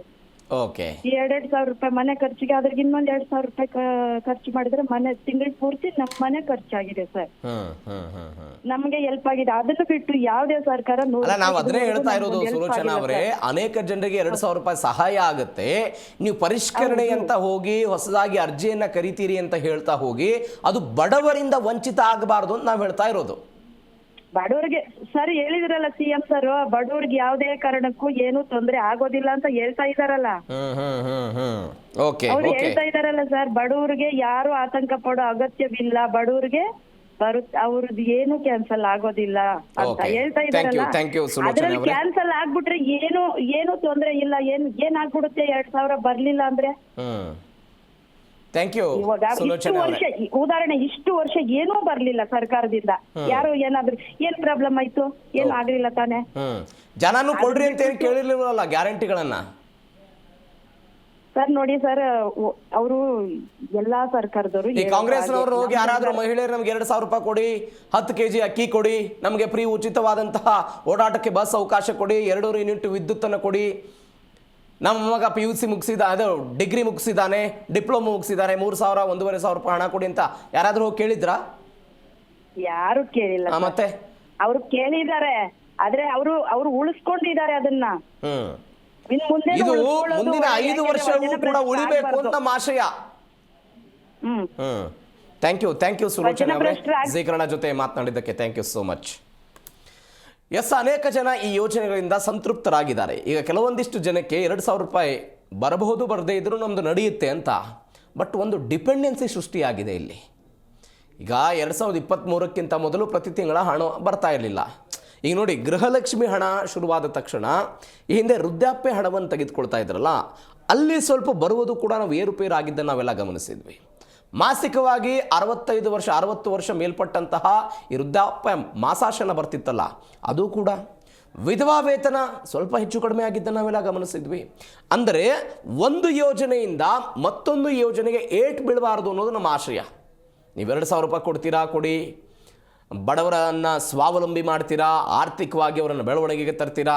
ಫ್ರೀ ವೀಸ್ಗಳ ಬಗ್ಗೆ ದೊಡ್ಡ ಮಟ್ಟದಲ್ಲಿ ಸುಪ್ರೀಂ ಕೋರ್ಟ್ ಎಲ್ಲವೂ ಮಾತನಾಡಿದ್ದನ್ನು ನೋಡಿದ್ದೀವಿ, ಅದು ಬೇರೆ ವಿಚಾರ. ಆದರೆ ಸರ್ಕಾರದ ಭಾಗವಾಗಿ ಆಲೋಚನೆ ಮಾಡುವಂತಹ ಸಮಯದಲ್ಲಿ ಈಗ ದೊಡ್ಡ ಮಟ್ಟದಲ್ಲಿ ಆಕ್ರೋಶ ಏನಾಗ್ತಾ ಇದೆ ಕರ್ನಾಟಕದಲ್ಲಿ, ಉದ್ಯೋಗ ಕೊಡಿ, ನಮಗೆ ಉದ್ಯೋಗ ಬೇಕು ಅಂತ ಉದ್ಯೋಗಕ್ಕಾಗಿ ಪ್ರತಿಭಟನೆಗಳಾಗ್ತಾ ಇದೆ. ಆ ವಿಚಾರದಲ್ಲಿ ಸರ್ಕಾರಗಳು ಏನಾದರೂ ಒಂದು ಸ್ಟ್ಯಾಂಡ್ ತೆಗೆದುಕೊಂಡು ಪ್ರತಿ ಮನೆಗೂ ಕೂಡ ಸರ್ಕಾರಿ ಉದ್ಯೋಗಗಳು ಕೊಡುವಂತಹ ಹಂತಕ್ಕೆ ಹೋಗ್ಬಿಟ್ರೆ ನೀವು 2,000 ರೂಪಾಯಿ ಡಿಪೆಂಡೆನ್ಸಿ ಸೃಷ್ಟಿ ಆಗಲ್ಲ ಅಂತ. ಯಾವ ಜನ ಅಥವಾ ಯಾವ ಕುಟುಂಬವೂ ಕೂಡ ಸರ್ಕಾರದ 2,000 ರೂಪಾಯಿ ಬರುತ್ತೆ, ಆ 2,000 ರೂಪಾಯಿಂದಲೇ ನಮ್ಮ ಕುಟುಂಬ ನೀಗುತ್ತೆ ಅಂತ ಯಾವ ಕುಟುಂಬವೂ ಕೂಡ ಕಾಯಲ್ಲ. ಯಾಕಂದರೆ ಅವ್ರ ಮನೇಲಿ ಯಾವುದೋ ಒಬ್ಬ ಯುವಕ ಅಥವಾ ತನ್ನ ಮಗನೋ ಯಾರೋ ಒಬ್ಬರಿಗೂ ಸರ್ಕಾರಿ ಕೆಲಸ ಮಾಡ್ತಾ ಇರ್ತಾರೆ, ಅವರ ಸಂಬಳದಲ್ಲಿ ಜೀವನ ಸಾಕಾಗಿ ಹೋಗ್ಬಿಡುತ್ತೆ. ಸರ್ಕಾರ ಆ ಬಗ್ಗೆ ಆಲೋಚನೆ ಮಾಡಬೇಕು. ಆದರೆ ಇದೀಗ ಪರಿಷ್ಕರಣೆ ಅಂತ ಹೇಳ್ತಾ ಇದ್ದಾರೆ. ಪರಿಷ್ಕರಣೆ ಆಗಬೇಕು. ಪರಿಷ್ಕರಣೆ ಆಗುವುದರ ಜೊತೆಗೆ ಯಾರು ಅರ್ಹರಿದ್ದಾರೆ ಅವರಿಗೆ ಸುಲಲಿತವಾಗಿ ಈ ಹಿಂದೆ ಹೇಗೆ ಹಣ ಸಿಗ್ತಾ ಇತ್ತೋ ಹಾಗೆ ಹಣ ಸಿಗಬೇಕು ಅನ್ನೋದು ಕೂಡ ನಮ್ಮ ಆಶಯ. ಇದು ಗಮನಿಸಬೇಕಾದಂಥ ಸಂಗತಿ. ಈಗ ಕೆಲವೊಂದಿಷ್ಟು ಜನ ಹೇಳ್ತಾರೆ, ಈ ಶಕ್ತಿ ಯೋಜನೆಯಡಿ ಅನೇಕ ಜನ ಗೌರ್ಮೆಂಟ್ ಎಂಪ್ಲಾಯಿಗಳು, ಕೇಂದ್ರ ಸರ್ಕಾರದ ನೌಕರರು, ಅವರು ಕೂಡ ಆಧಾರ್ ಕಾರ್ಡ್ಗಳನ್ನು ತೋರಿಸಿ ಎಲ್ಲ ಫ್ರೀ ಹೋಗ್ತಾರೆ, ಐಡೆಂಟಿ ಕಾರ್ಡ್ ತೋರಿಸಿ ಫ್ರೀ ಹೋಗ್ತಾರೆ. ಕೆಲವೊಂದಿಷ್ಟು ಜನ ವರ್ಗ ಏನು ಹೇಳುತ್ತೆ, ಅದನ್ನು ಬಂದ್ ಮಾಡಬೇಕು, ಅಟ್ಲೀಸ್ಟ್ ನಮ್ಮಿಂದಲಾದರೂ ಕೂಡ ಹಣವನ್ನು ತೆಗೆದುಕೊಳ್ಬೇಕು ಅಂತ ಅನೇಕ ಜನ ನೌಕರರು ಹೇಳಿದ್ದನ್ನು ನೋಡಿದ್ದೀವಿ ನಾವು.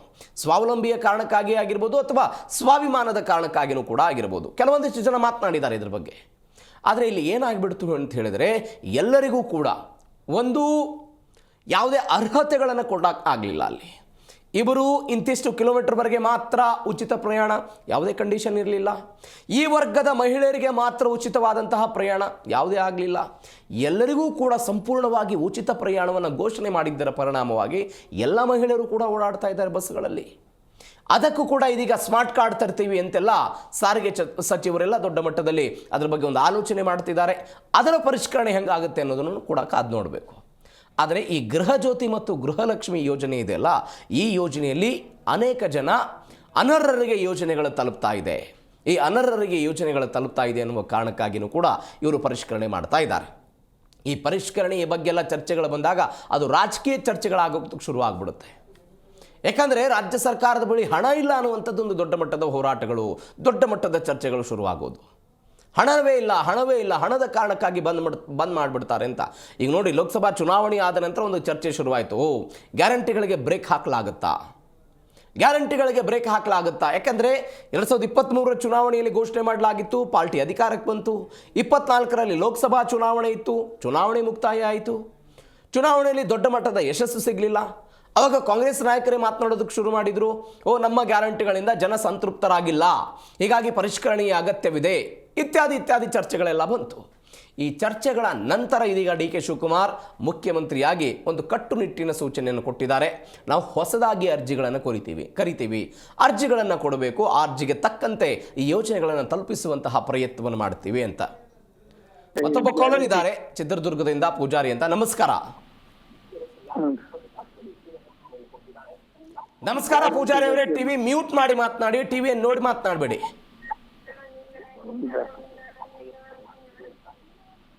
ನನ್ನ ಧ್ವನಿ ಕೇಳಿಸ್ತಿದ್ಯಾ ನಿಮಗೆ? ಸರ್, ಟಿವಿ ಬಂದ್ ಮಾಡಿ ಮಾತನಾಡಿ, ಟಿವಿ ನೋಡಿ ಮಾತನಾಡಬೇಡಿ.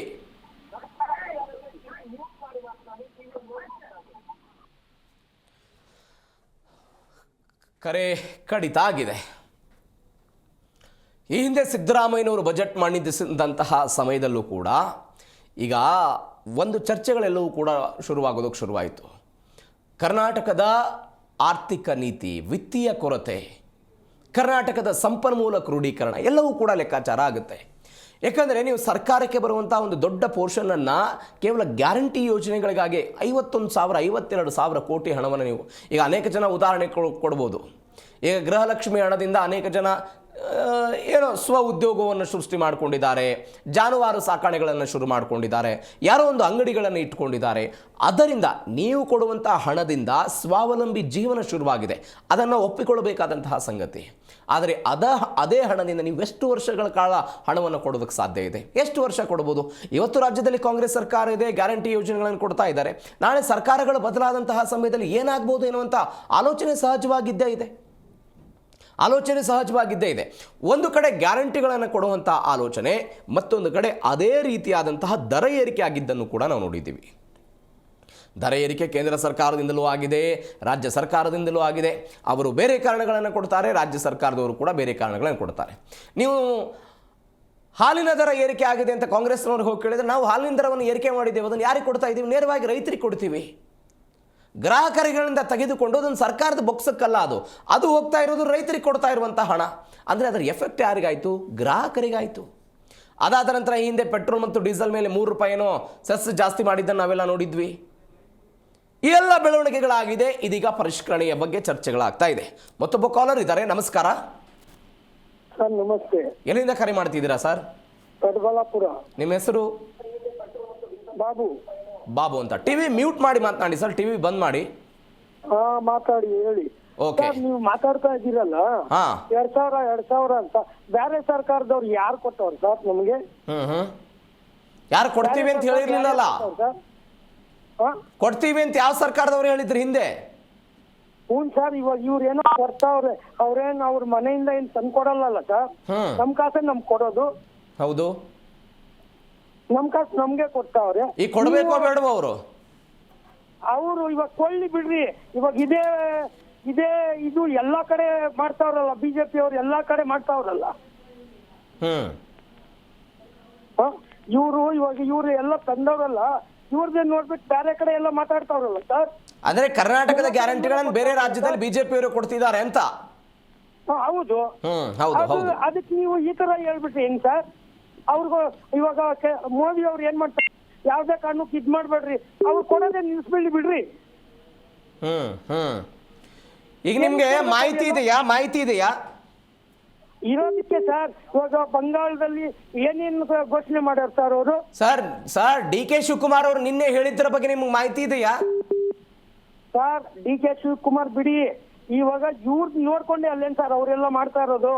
ಹೌದು ಸರ್, ಮಾಡ್ತಿದ್ದಾರೆ. ನಾವು ಮಾತನಾಡ್ತಾ ಇರುವಂತ ವಿಚಾರ ಗ್ಯಾರಂಟಿ ಹಣ ಮೃತಪಟ್ಟವರಿಗೆ, ಈ ಯೋಜನೆಗೆ ಅನರ್ಹರು ಯಾರು ಇದ್ದಾರೆ ಅವ್ರಿಗೂ ಕೂಡ ಹಣ ಹೋಗ್ತಾ ಇದೆ, ಅವರನ್ನ ಈ ಯೋಜನೆಯಿಂದ ತೆಗೆದು ಹಾಕ್ತೀವಿ ಅಂತ ಡಿ ಕೆ ಶಿವಕುಮಾರ್ ಹೇಳ್ತಾ ಇದ್ದಾರೆ. ಇವಾಗ ಸರ್ ಎಲ್ಲರೂ ಓಟ್ ಹಾಕೋರಲ್ಲ ಸರ್? ಓಕೆ, ಅಂದ್ರೆ ಸತ್ತವ್ರಿಗೂ ಹಣ ಹೋಗಲ್ಲ, ಎಲ್ಲರೂ ಓಟ್ ಹಾಕೋರಲ್ಲ ಸರ್? ಮೃತಪಟ್ಟವ್ರಿಗೂ ಹಣ ಹೋಗಲ್ಲ ಹಾಗಾದ್ರೆ?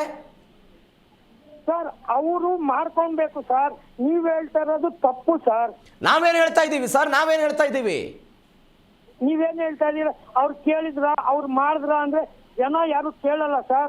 ಸರ್ಕಾರ ಘೋಷಣೆ ಮಾಡೋ ಸರ್ ಅದು. ಹೌದು, ಸರ್ಕಾರ ಘೋಷಣೆ ಮಾಡಿದ್ದಕ್ಕಾಗಿನೇ ಕೇಳಿ ಕೇಳಿ ಕೇಳಿ ಕೇಳಿ ಸರ್, ಕೇಳಿ, ದಯವಿಟ್ಟು ಕೇಳಿಸ್ಕೊಳ್ಳಿ. ಜನ ಯಾರು ಕೂಡ ಗ್ಯಾರಂಟಿಗಳನ್ನ ಕೊಡಿ ಅಂತ ಇಷ್ಟು ದಿನಗಳ ಕಾಲ ಕೇಳಿರ್ಲಿಲ್ಲ. ಕಾಂಗ್ರೆಸ್ನವರೇ ನಾವಾಗ್ಲೇ ಗ್ಯಾರಂಟಿಗಳನ್ನ ಕೊಡ್ತೀವಿ ಅಂತ ಹೇಳಿದ್ರು. ಆ ಗ್ಯಾರಂಟಿಗಳು ಸಮರ್ಪಕವಾಗಿ ಸಿಗಬೇಕು ಅನ್ನೋ ಕಾರಣಕ್ಕಾಗಿ ನಮ್ ಧ್ವನಿ ಇದೆ, ನಮ್ ಧ್ವನಿ ಅದೇ ಇದೆ. Thank you so much Zee Kannada ಜೊತೆ ಮಾತನಾಡಿದ್ದಕ್ಕೆ. ಎಸ್, ಸರ್ಕಾರದ ಈ ನಿರ್ಧಾರ ಎಷ್ಟು ಜನರಿಗೆ ಒಳ್ಳೆಯದಾಗುತ್ತೆ, ಸರ್ಕಾರದ ಬೊಕ್ಕಸಕ್ಕೆ ಎಷ್ಟು ಆದಾಯವನ್ನು ಕ್ರೋಢೀಕರಣ ಮಾಡುತ್ತೆ, ಕಾದು ನೋಡೋಣ. ಸಾರ್ವಜನಿಕರು ಇದನ್ನು ಹೆಂಗೆ ಸ್ವೀಕಾರ ಮಾಡ್ತಾರೆ ಕೂಡ ಅದನ್ನು ಕೂಡ ನೋಡೋಣ. ಇದರೊಂದಿಗೆ ಇವತ್ತಿನ ಮೇಘಾ ಸುದ್ದಿಯನ್ನು ಮುಗಿಸ್ತಾ ಇದ್ದೀನಿ. ನೋಡ್ತಾ ಇರಿ ಜೀ ಕನ್ನಡ ನ್ಯೂಸ್, ಸತ್ಯವೇ ಸುದ್ದಿಯ ಜೀವಾಳ.